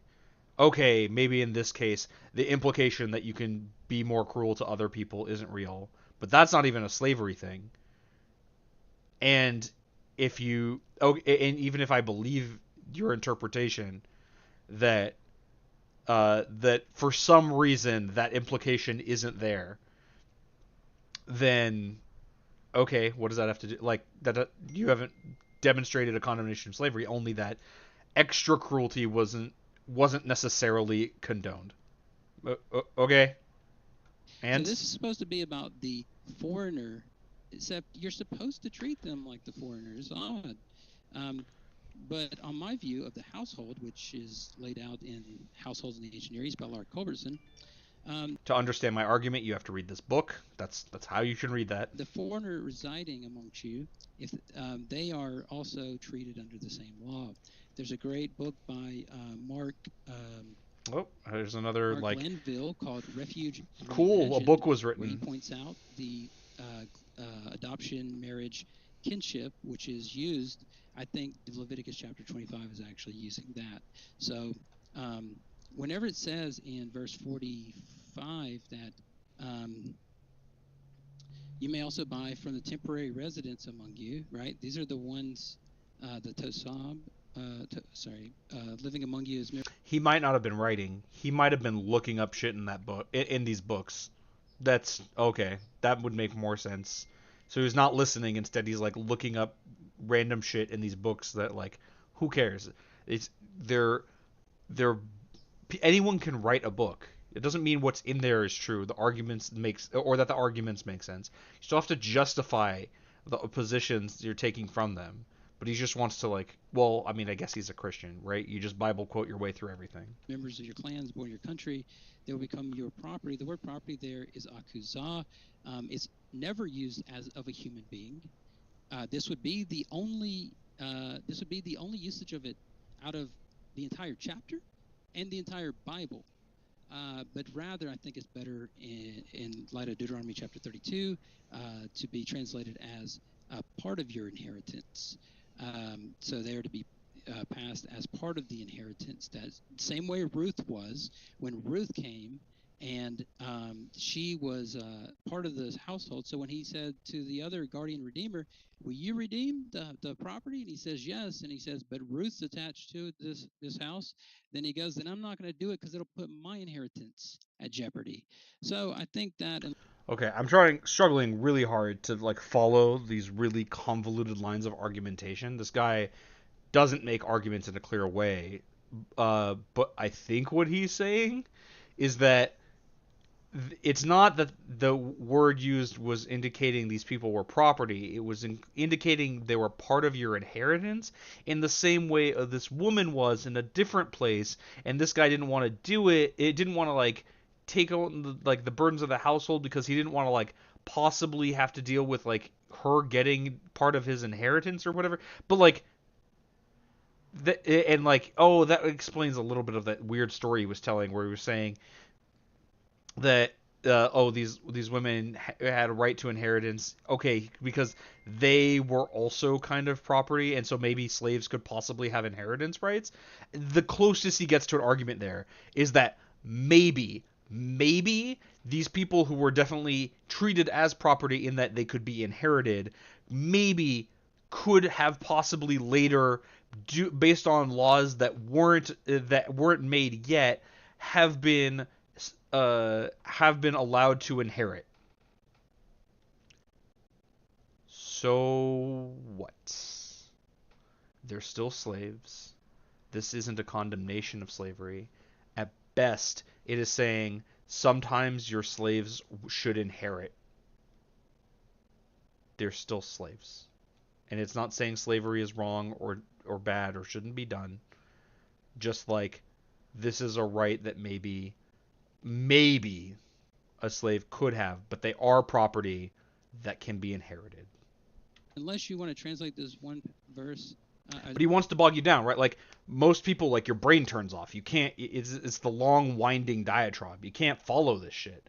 It's really hard for me, and I'm both trained at it and focusing very intently, and it's very difficult. But it doesn't matter. The point is to like bog you down. That's why he's pointing to these books. If we read these 6 books, you'll see why I'm right. Nobody's going to do that. They're just going to trust that he's pointing at these books because they're trusting his authority on this to point to other authorities on this. And when their brain turns off, they're like, well, it sounds really smart because he's talking at length and quoting from a book. It's just to like turn off your logic so that you'll just like go along with stuff. Again, he might not be doing this intentionally. Jordan Peterson does this all the time, and that guy's fucking stupid. But whatever. Like this is what's happening. this word in this one place different from all the others? That's going to have to be a hermeneutic that you're going to use throughout. And then you're going to have to explain why, then, this whole chapter is about redemption. It's about redemption for the citizen. And not only that, but scholars have pointed out, as well as Dr. Josh, no Aaron knows, that this isn't actually about can you own slaves, this chapter. I know a lot of people No, it's not think about can you own slaves. It's merely however, it includes an understanding that you can. It operates with the assumption that you can, and includes as part of its discussion a reference to the assumption that, like, because obviously how would I put this? I could have a conversation with someone that isn't about debate, but it includes the fact that debate exists, right? Like I can or any number of things, It's just part of society. Like I don't know how to explain this better. Yeah, it doesn't mean that just because something's not about slavery in its totality doesn't mean that it is not endorsing it, or at the very least implicitly understanding that it's okay, or that it happens and that it is not rejecting it. No, this is actually targeted toward outlawing or abolishing, as some scholars put it, slavery for citizens. It's actually it's the norm in the ancient world. What? So again, we've just pointed at some scholars think this. We're not gonna. Are you gonna tell us why they think this? This passage that says their property, you're like, no, it actually prohibits slavery somehow. To have slaves, but also you have issues with ownership. First of all, if this is saying you can own the didn't get the argument. As property, well, it specifically says in Leviticus chapter 25 that God owns the Yakuzah and that nobody else can own it. He says the land cannot be sold permanently because the land is mine and you reside, the citizen, in my land as foreigners and strangers. So I want to be clear. This guy was like splitting hairs about this word being translated as property is incorrect, and instead it should mean part of your inheritance. And those are very different somehow. But it is the same as using it when you're referring to land being owned. If you're viewing them in the same way, then clearly it's owned, right?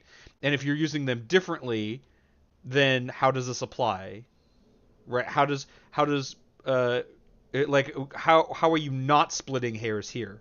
It's in this same chapter that God called the Israelites foreigners and strangers, and he told them that they can't sell. Also, like an implied, like, hey, maybe that it's to say like you can't own the land because I actually own it, but clearly people do own land.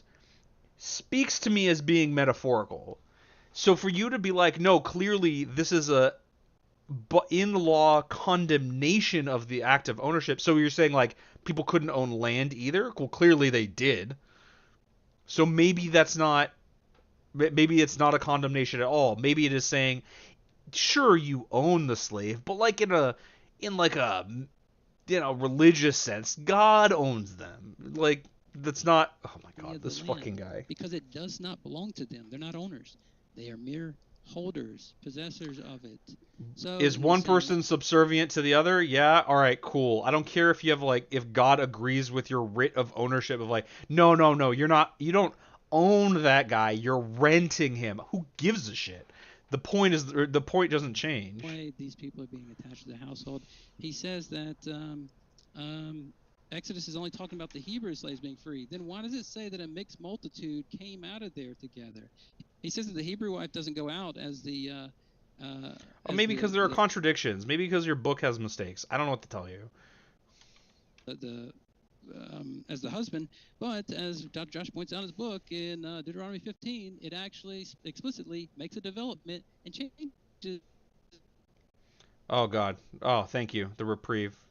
Converse, just in case you're able to hear me, we missed the last 5 words or so of what you said, Converse. It looks like the connection. So that then it says. It's fine. It's better off not hearing him. We missed the last maybe 10 seconds of what you said. I think your connection kind of ebbed.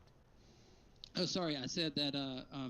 So he says that the Hebrew's wife doesn't go out when the Hebrew goes out.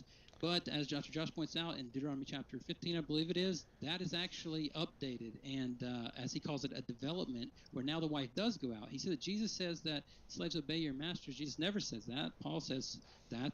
But Paul. Oh, well, hold on. Now you're saying like, oh, it's not Jesus that says that. Paul says it, so it's not like accepted by Jesus. But a lot of your citations in the end of your speech about the New Testament rejecting slavery were from Corinthians, a letter written by one of the apostles. But that's the word of God now? Is living under the Roman Empire. Paul is not in charge. As it's been pointed out by Del Martin and plenty of others, New Testament scholars, that he is in no place to make a law. He's living. No, but he's living under the rule. But you treat him like a mouthpiece of your religion. Remember, I don't remember which, if it was like Corinthians or Galatians or whatever. Like some number of those letters were written by Paul, and you take those as literal scripture. The Romans, they're not in charge. So he says, as I pointed out, 1 Corinthians chapter 7. And for what it's worth, Jesus wasn't in charge either, right? Like he didn't have any position to make laws, but you guys take what he says as law. If you're a slave when you're called to Christ, don't let it, worry you too much. Like you can still be saved, but if you can free yourself, avail yourself of the opportunity, and don't make yourself a slave to human beings. I can end there, but that's not, by the way, a condemnation of slavery as an institution. It is saying, yeah, I mean, if you can get out of slavery, it's better to do that, which is true, but like, okay. We're gonna see. Okay, there's a chance we're going to cut it here because we're at the end of his speech, and the speeches make good places to cut things off. I could go one more, and that would be like a reasonable amount of time, but I don't I don't want to cut it like with one person having started and the other person not responding. So we'll see what the next portion is supposed to be, but we might pick up tomorrow because for his 5-minute, or we should say 8-minute 5-minute cross exam of. Oh, okay. So we're gonna do. Okay, we can do the cross examination portions, and then we'll leave the rest for tomorrow because there is a lot left. Tender. Thank you very much, Aaron. The floor is all yours to ask questions. I'm glad we watched this, but holy shit, I did not expect this guy to be this way. Oh, you're. Aaron's muted again. I think it's still on there. There it goes. I wonder if he mutes himself to be like to stop himself from like going off on this idiot, or if it's like if there are other reasons. Yeah. All right. So on the one point that he brought up about I was talking about treating foreign slaves with less care than you would give Hebrew slaves because that's what Exodus requires. Ooh, what is going on with their formatting? And that was about the only thing that he brought up there that was relevant, except possibly the very last thing, which I'm going to ask him to repeat. The last thing was that it's been pointed out. Oh, by, hey, Flint. I'm here for scholars that excuse books. New Testament authors aren't in a position to make laws for people. They're living under an authoritarian Roman government. So when Paul says something like, if you can free yourself, avail yourself of the opportunity, but if you can't, don't let it be too much, don't let it bother you too much. He's saying, like, look, we don't have the power to change this right now. Okay, but Christ will come back and he'll change it. The first will be last. Well, he's not saying that Christ will change it. He's just saying, like, yeah, if you can free yourself, that's cool. But, like, if not, all right. Like, he clearly doesn't have a problem with the concept of slavery. Just that, like, they want more followers. And, like, if you can't get out of your bonds to leave, well, I'm not going to help you either. And last will be first, Okay, never mind. It wasn't relevant after all. Okay, so... Aaron, I know you've heard these arguments a million times, and that's why it doesn't feel relevant to you, but you're in a debate where people might not have heard them. You got to clap back. You can't just leave it there.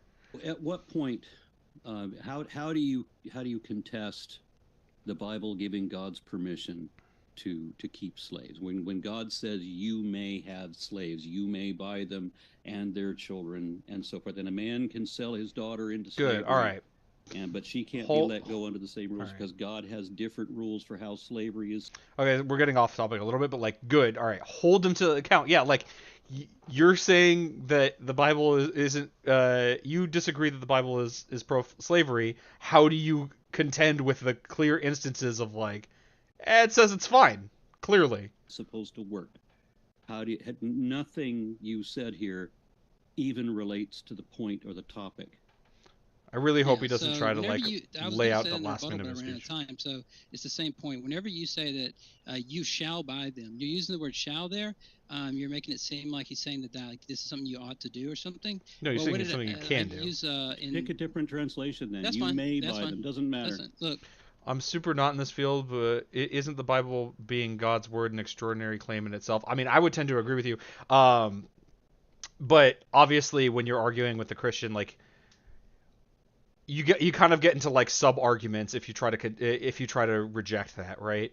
I don't even know if all Christians necessarily believe that it's God's word necessarily, but I mean, it's just one of those like you just don't have the time to reject it.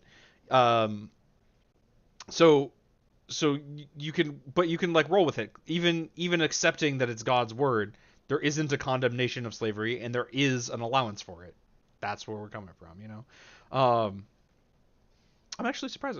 I was under the impression, Flint, that your family's kind of religious. I mean, obviously, like, don't dox yourself or whatever. But I was under the impression that there's a lot of religiosity in your upbringing.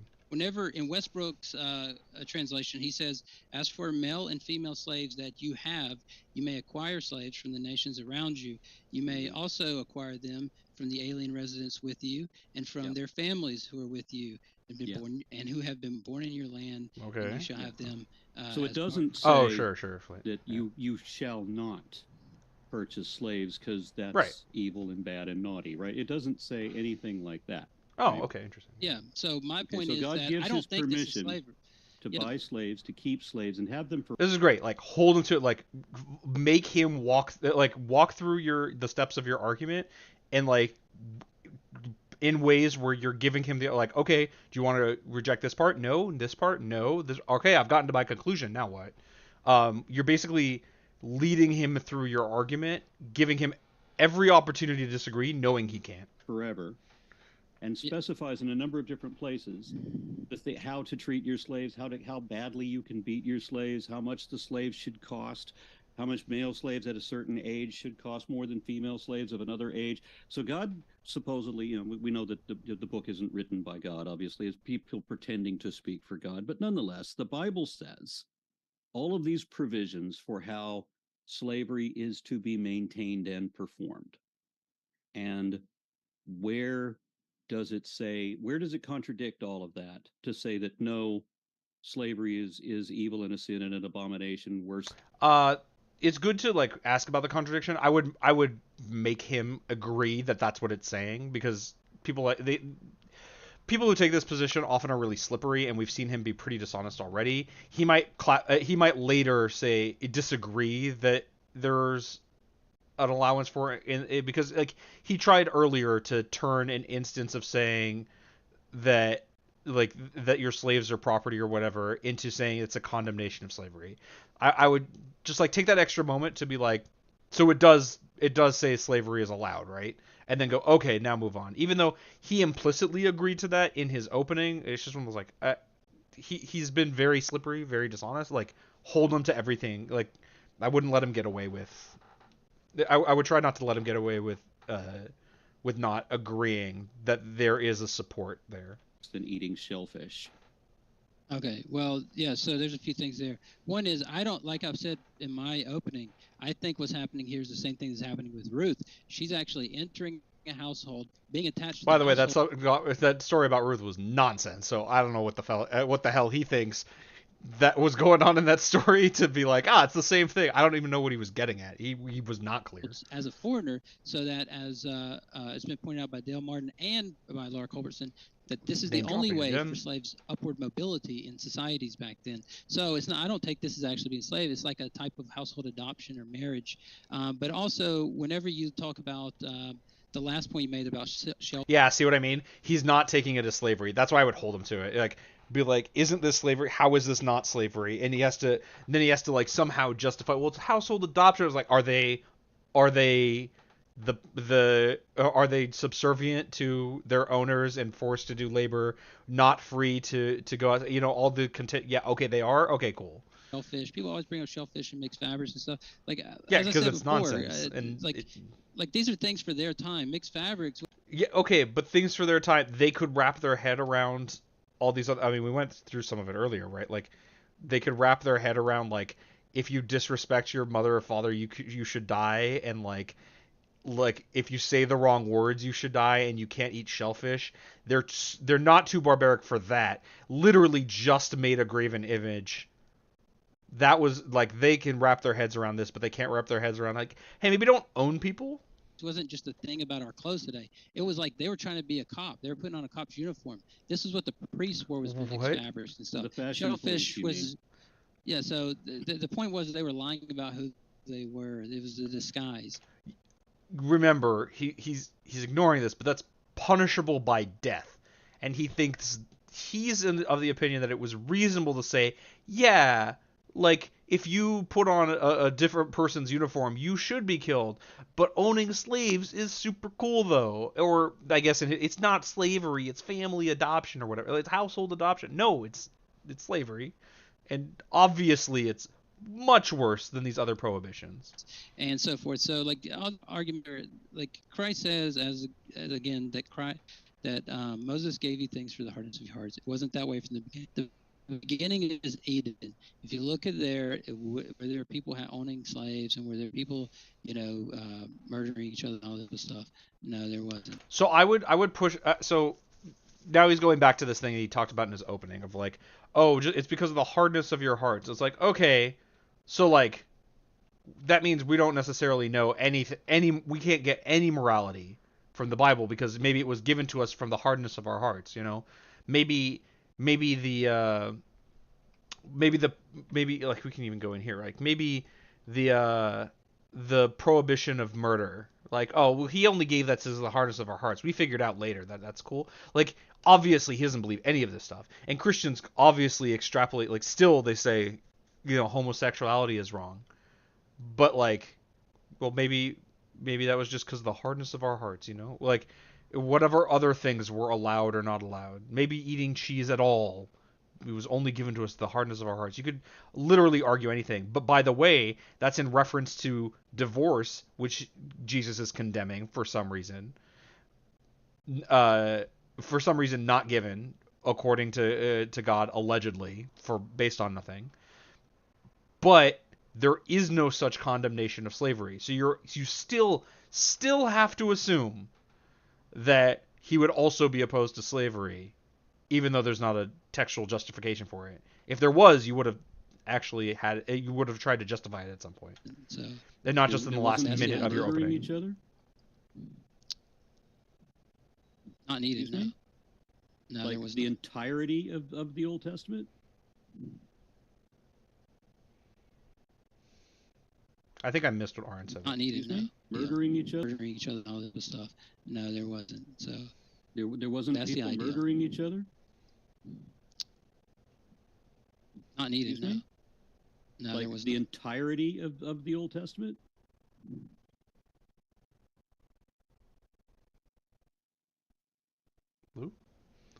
Like Moses didn't. I think he said so. Yeah, I'm also confused if he agrees that the Old Testament has no murder. I think he said in Eden no. So like, okay, sure, but that's not really relevant. Also, just as a note, Christian apologists sometimes draw a line between killing and murder, as though those are very particularly different things. And so instances where so murder is unjust killing. So if God tells you to commit a genocide on, say, the Amalekites, that's not murdering them. That's killing them. A lot of times they'll split that hair. Or I don't know about a lot of times, but like some people have. I think William Lane Craig has done it. Cain and Abel is like chapter 2. Yeah, I know, but like, so like, but also, if I remember right, like that's condemned. The whole thing with Cain and Abel. Like, but isn't that the whole like Mark of Cain thing or whatever? So like, okay, sure, yeah, I don't know. There's a lot of like hairs to split here. I hope he's not trying to say there's no murder in the Old Testament, but he'd have to like do a lot of work to make that argument, obviously. Kill the Egyptians. James was Eden. There wasn't. I'm sorry, what? He keeps cutting out. Converse, I don't know if James, you're are we having a connected. problem? I think if you are able to turn your camera off, Converse, Yeah, sorry. I think I'm better now. I think we're losing your audio. I think we're good there. now. It's happened several times. If Yeah. you insist on keeping your camera on, but if it happens one more time, I'm just going to turn it off myself. Because it is sometimes happening where we lose 10 seconds. That's surprising. James normally isn't. He's normally okay. more Yeah, I was saying forgiving in with Eden, technical there's issues. not any. Yeah, it's okay, he's not saying Eden, there Eden. wasn't Yeah, okay, Eden. but that's not relevant to what we're talking But about. I would restart my audio. Okay, well, in a city or in a community of a population of 2, it's not terribly surprising that there wasn't any murder in that story. But that doesn't address any of the rest of it, does it? I mean, none of it. Okay, that's just what you asked me.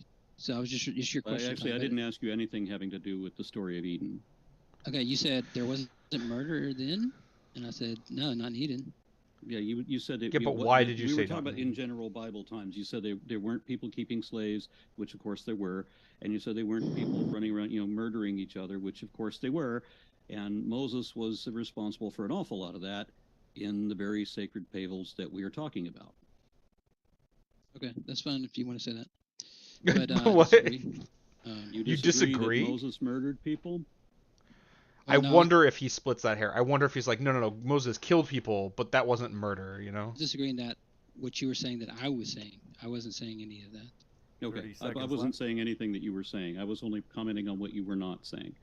You didn't address the verses in the Bible. This is a difficulty Aaron has a lot, where he's easy to sidetrack. This is kind of irrelevant. Like, we noticed how much time we spent in this Q&A section not talking about slavery. He was doing a pretty good job, and then we got distracted. I don't even know what the relevance was about the whole murder thing. Did Moses slaughter the tribe he stayed in exile with for years and had a family with? I did not know that. Maybe I'm not actually sure. It's possible, but I'm not familiar with that. You might know better than I do, Flint. Yeah, I don't know. but it's a little off the point, right? And Aaron is pretty easy to distract this way. It's kind of unfortunate.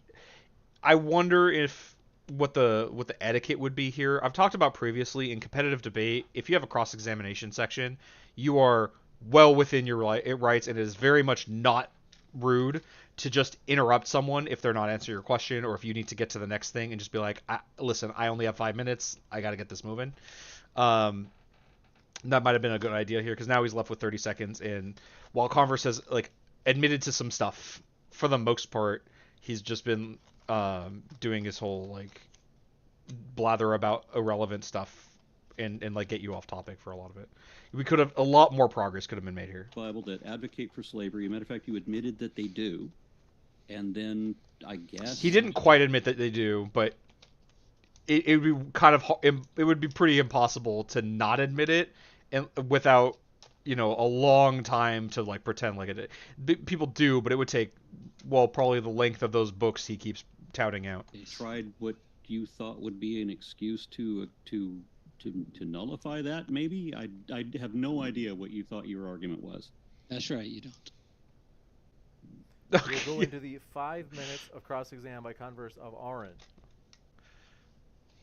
Okay, Aaron, do you think that any allowance of holding people as servants to do labor for you is, if you deal with it at all, that you promote slavery? Well, it depends on what we mean by slavery versus servants. Intelligible question. But do you think that any allowance of slavery is promoting slavery? Yeah. Any allowance implicitly, of slavery is promoting slavery. So so now he's trying to split hairs that we were talking about at the beginning, right?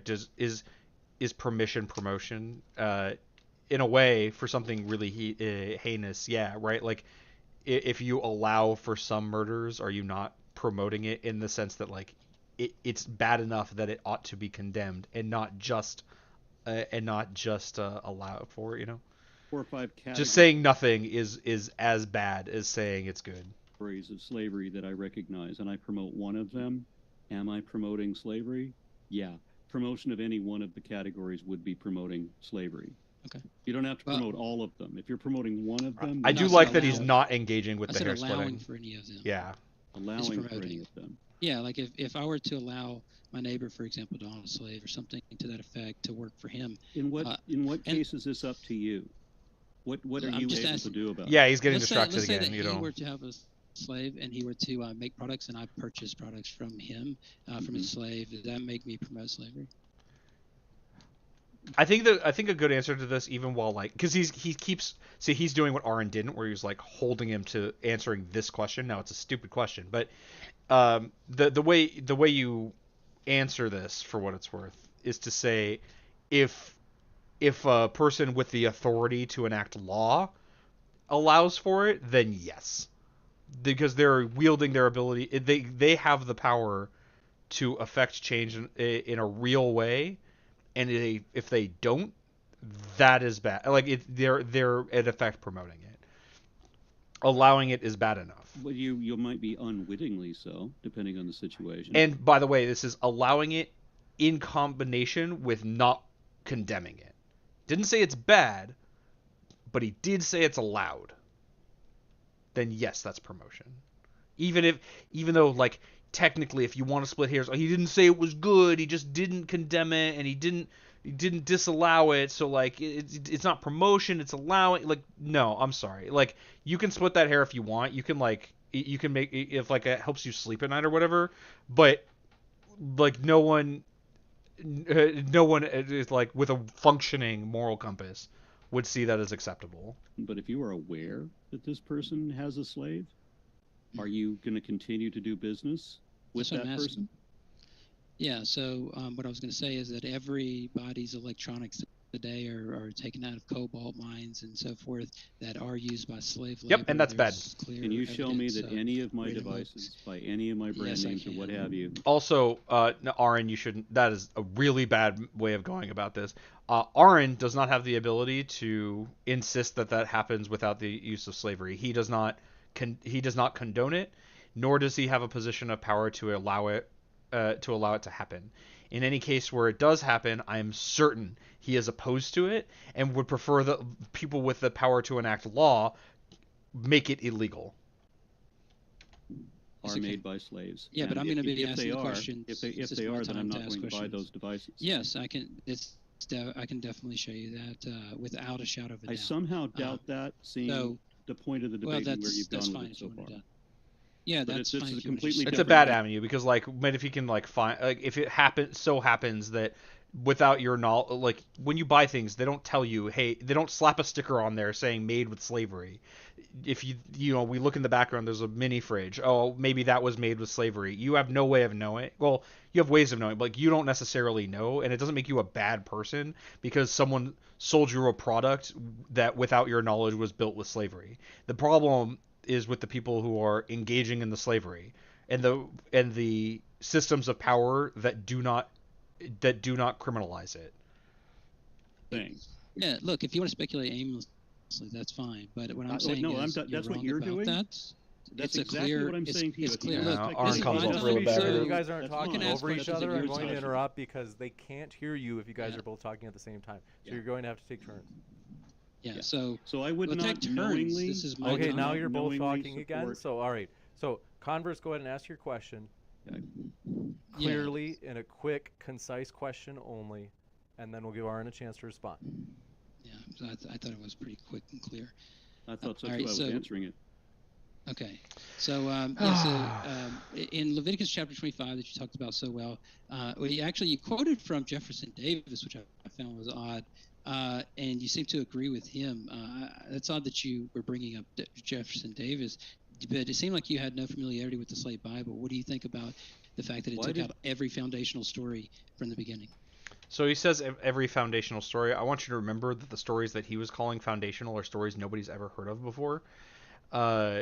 I don't trust him to acknowledge what is or is not foundational. Additionally, not including the story of the Exodus, wherein slaves are freed, seems to make a lot of sense to not show to a slave, even though the Bible after the fact doesn't have a problem with slavery writ large. Aspirational stories of slaves being freed is bad enough, but the Bible goes on to say this is how you shall keep your slaves. Not that slavery is bad, it was just bad that you were enslaved. Well, I don't know. I don't know a lot of. I haven't looked at the slave Bible to see what was missing. I know it exists. I know that it took out key portions for certain reasons because they wanted to keep slaves oppressed. So they would take out anything that had to do with, like forcing the masters to let go of the Hebrews or whatever, things like that. Like I said, I've never had a slave Bible in my hand, but I know that it exists. I was aware of Jefferson Davis because I'm an activist in Texas, and because my state board of education wanted to remove Thomas Jefferson as a reference from our social studies textbooks to replace him with Jefferson Davis. Oh, wow. That's crazy. And the citation that they pointed to was his justification in the Bible for slavery. Because, yeah, there are people in the Republican Party that I'm constantly fighting against who have actually advocated for the reinstatement of slavery. Yeah, so that's the danger of reading the Bible as some atheists read it today. As some atheists read it today, Jefferson Davis was not an atheist. It's how he read it and how a lot of people read it. It was used as the justification for slavery for many, many years. I don't know how long, but possibly hundreds. I don't know how long it was used as justification. I mean, I know slavery happened for over the course of hundreds and hundreds of years. I guess thousands. But the point is, like, no, it's not how atheists read it. It's another thing that Christian apologists do all the time is they act like atheists read the Bible in some weird way. No, it's this thing where we read the words that are written and we don't hide from them when they say things we don't like, and we don't apologize for the things that are clearly in there and lie to ourselves about the contents. Atheists read it. Was Jefferson Davis an atheist? Sorry, no, he was Are absolutely the GOP who support this? I mean, I can name a couple of people in the Republican Party who have advocated for the reinstatement of slavery. I guarantee you they're Christian, not atheist. So it is not how the atheists read it. It's how Jefferson Davis and these other Christians, these white supremacists and so forth, it's how they read it. Okay, we got it. Now he just hand waves. I didn't say all atheists, did I? Okay, so you didn't have to. No, you didn't say all atheists, but that's also not the thing he was rebutting. What you did say was it's the way atheists read it, but it's not. It's the way fundamentalists read it, and atheists acknowledge that reading exists, even though you'd like to hide from it. Yeah, this guy's absolutely insane. I know you only popped in like fairly recently, Flint. If you like, the beginning was so bad. No atheists that read the Bible like that. All right, sorry. Could I continue? All right. So you think that doing an internal critique of this worldview is to assume a bunch of things? So he's doing the okay. Like, I agree that that's actually what happened. He's doing the okay to be like, okay, sure, you're going off, but you're still wrong. Like you can be mad, but you're wrong, and like obviously that's not what I said. It's this. He's playing at his opponent being in the wrong to give the impression that he is. I don't believe about the Bible, and then to try to critique it. Why would I do that? Why would I think that? It was especially being the opposite of what I've already done. Well, I think I missed. That I don't think that doing an internal critique of this worldview is to assume a bunch of things that I don't believe about the Bible, and then to try to. I don't care what you believe about it. He's looking at what the Bible says. It's not what you believe about it. I don't care what you believe about it. I care about what the contents of the text is. Do that. Why would I think that? It was especially being the opposite of what I've already done. Okay, so you're not doing an internal critique on the biblical worldview. No. He's noting what exists the purpose there. Of the debate it's not an internal critique. Is the Bible pro-slavery? Has fuck all to do with your worldview. We're talking about what the text says. Very good. Perfect. But not what some scholar says on his opinion, regardless of because of their worldview. It's what does the text say? As people read it, as Christians read it, and then, like Jefferson Davis, come up with that opinion of it, because that's how they read it, that's what they thought it said. You're supposed to address that. Is the text translated by scholars? What does that have to do with anything? Give you a chance anything? to respond, Aaron, and then we have to go into the closings. Okay. Is the text interpreted by scholars? Yeah, lots of different ways. Not that that's relevant either. We'll jump into the closing statements. These are 5 minutes. Perhaps it was each as translated, well. but First, it's not really relevant either. Aaron, the floor is all yours. Okay. Kind of got a decision point here. So we're about 50 minutes in. I know some amount of this is... Okay, so a large amount of this is wrap up and actually... what is this? This is a different person, I think. Or is it the same person? Oh, no, it's the same guy. Okay, so they're still going at it for about another 40 minutes. Okay, I think we will pick this up tomorrow. I was thinking like maybe we just watch the closings. Oh, I guess I don't know how long the Q&A is. If it's closings and then Q&A, I'd want to watch the closings. We'll just pick it up tomorrow. If it was just like closings and Q&A, I'd want to like finish this out. If they have a back and forth after that, which they might, whatever. We'll just finish it tomorrow. We'll watch the Q&A too. I think we got a good taste of this guy. He was much wackier than I thought he was going to be. Oh my, he didn't follow through with what I thought was his like intended avenue of argumentation, which I don't know, for the better, I guess. But we'll see if he comes back to it in the conclusion. Maybe he's saving it for the end. We'll get the thrilling conclusion tomorrow, but it's been about 2.5 hours, and if this goes on much longer, it's been quite a while. Yeah, it's good to see you too. Yeah, it's been a while. I was thinking back on it too. I guess I don't see you. I guess you see me. You're actually also coming in at a moment where I don't have my goatee, which I've had basically since I last saw you. I just like a few days ago shaved it off just because I goofed on trimming it, so look different now a bit. But yeah, it's cool to. Thanks for hanging out in chat. I think you're right. Yeah, I think 9 years. Yeah, it was about. Yeah, sounds about right. But thanks so much for watching. I appreciate it. I hope everything's well with you. I mentioned yesterday, and I'm gonna keep mentioning through the rest of this week, that next week my plan is to move over from YouTube over to Kick.com, Kick. Seems like new streaming platform. A lot of people, it's kind of new, and I think we'll be trying to. I think it'll be better to be moving over to, kind of a newer platform, fewer established figures. That'll be neat. I'll still intend to upload the VODs to YouTube, but starting next week, I want to be on Kick and get going with that. So we'll get the thrilling conclusion to all this tomorrow. Hopefully we have there's enough to go over.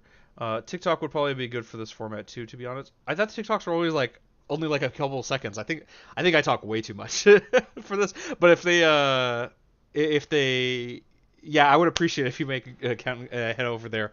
We'll do TikToks like actually have time for this kind of long form format? Because I talk for a long time.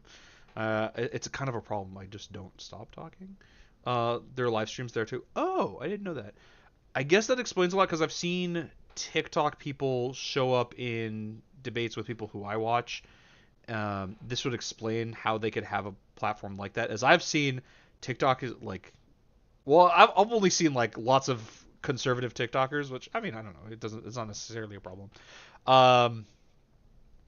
But I guess I'll give that. I'll consider TikTok as well. I might be too old for the TikTok. Not with the Zoomers. They're zipping and zopping. I'm an old guy over here. Someone was under the impression I'm like 45 or something. Or like, I guess I look old for my age. In any case, yeah, next week we're gonna be over on Kick. Still gonna be earnest engagement. Don't worry, I'll put links and all that stuff by the time we get to that point. Oh yeah, when well, I won't go into it, but yeah, Peachy Keen. I have been the 28 is my guess. Well, without the goatee, I do look younger. But no, I'm ancient. I predate time actually. I was old when the universe was new. In any case, thanks so much for watching. I'll catch y'all next time. Have a good one. Bye.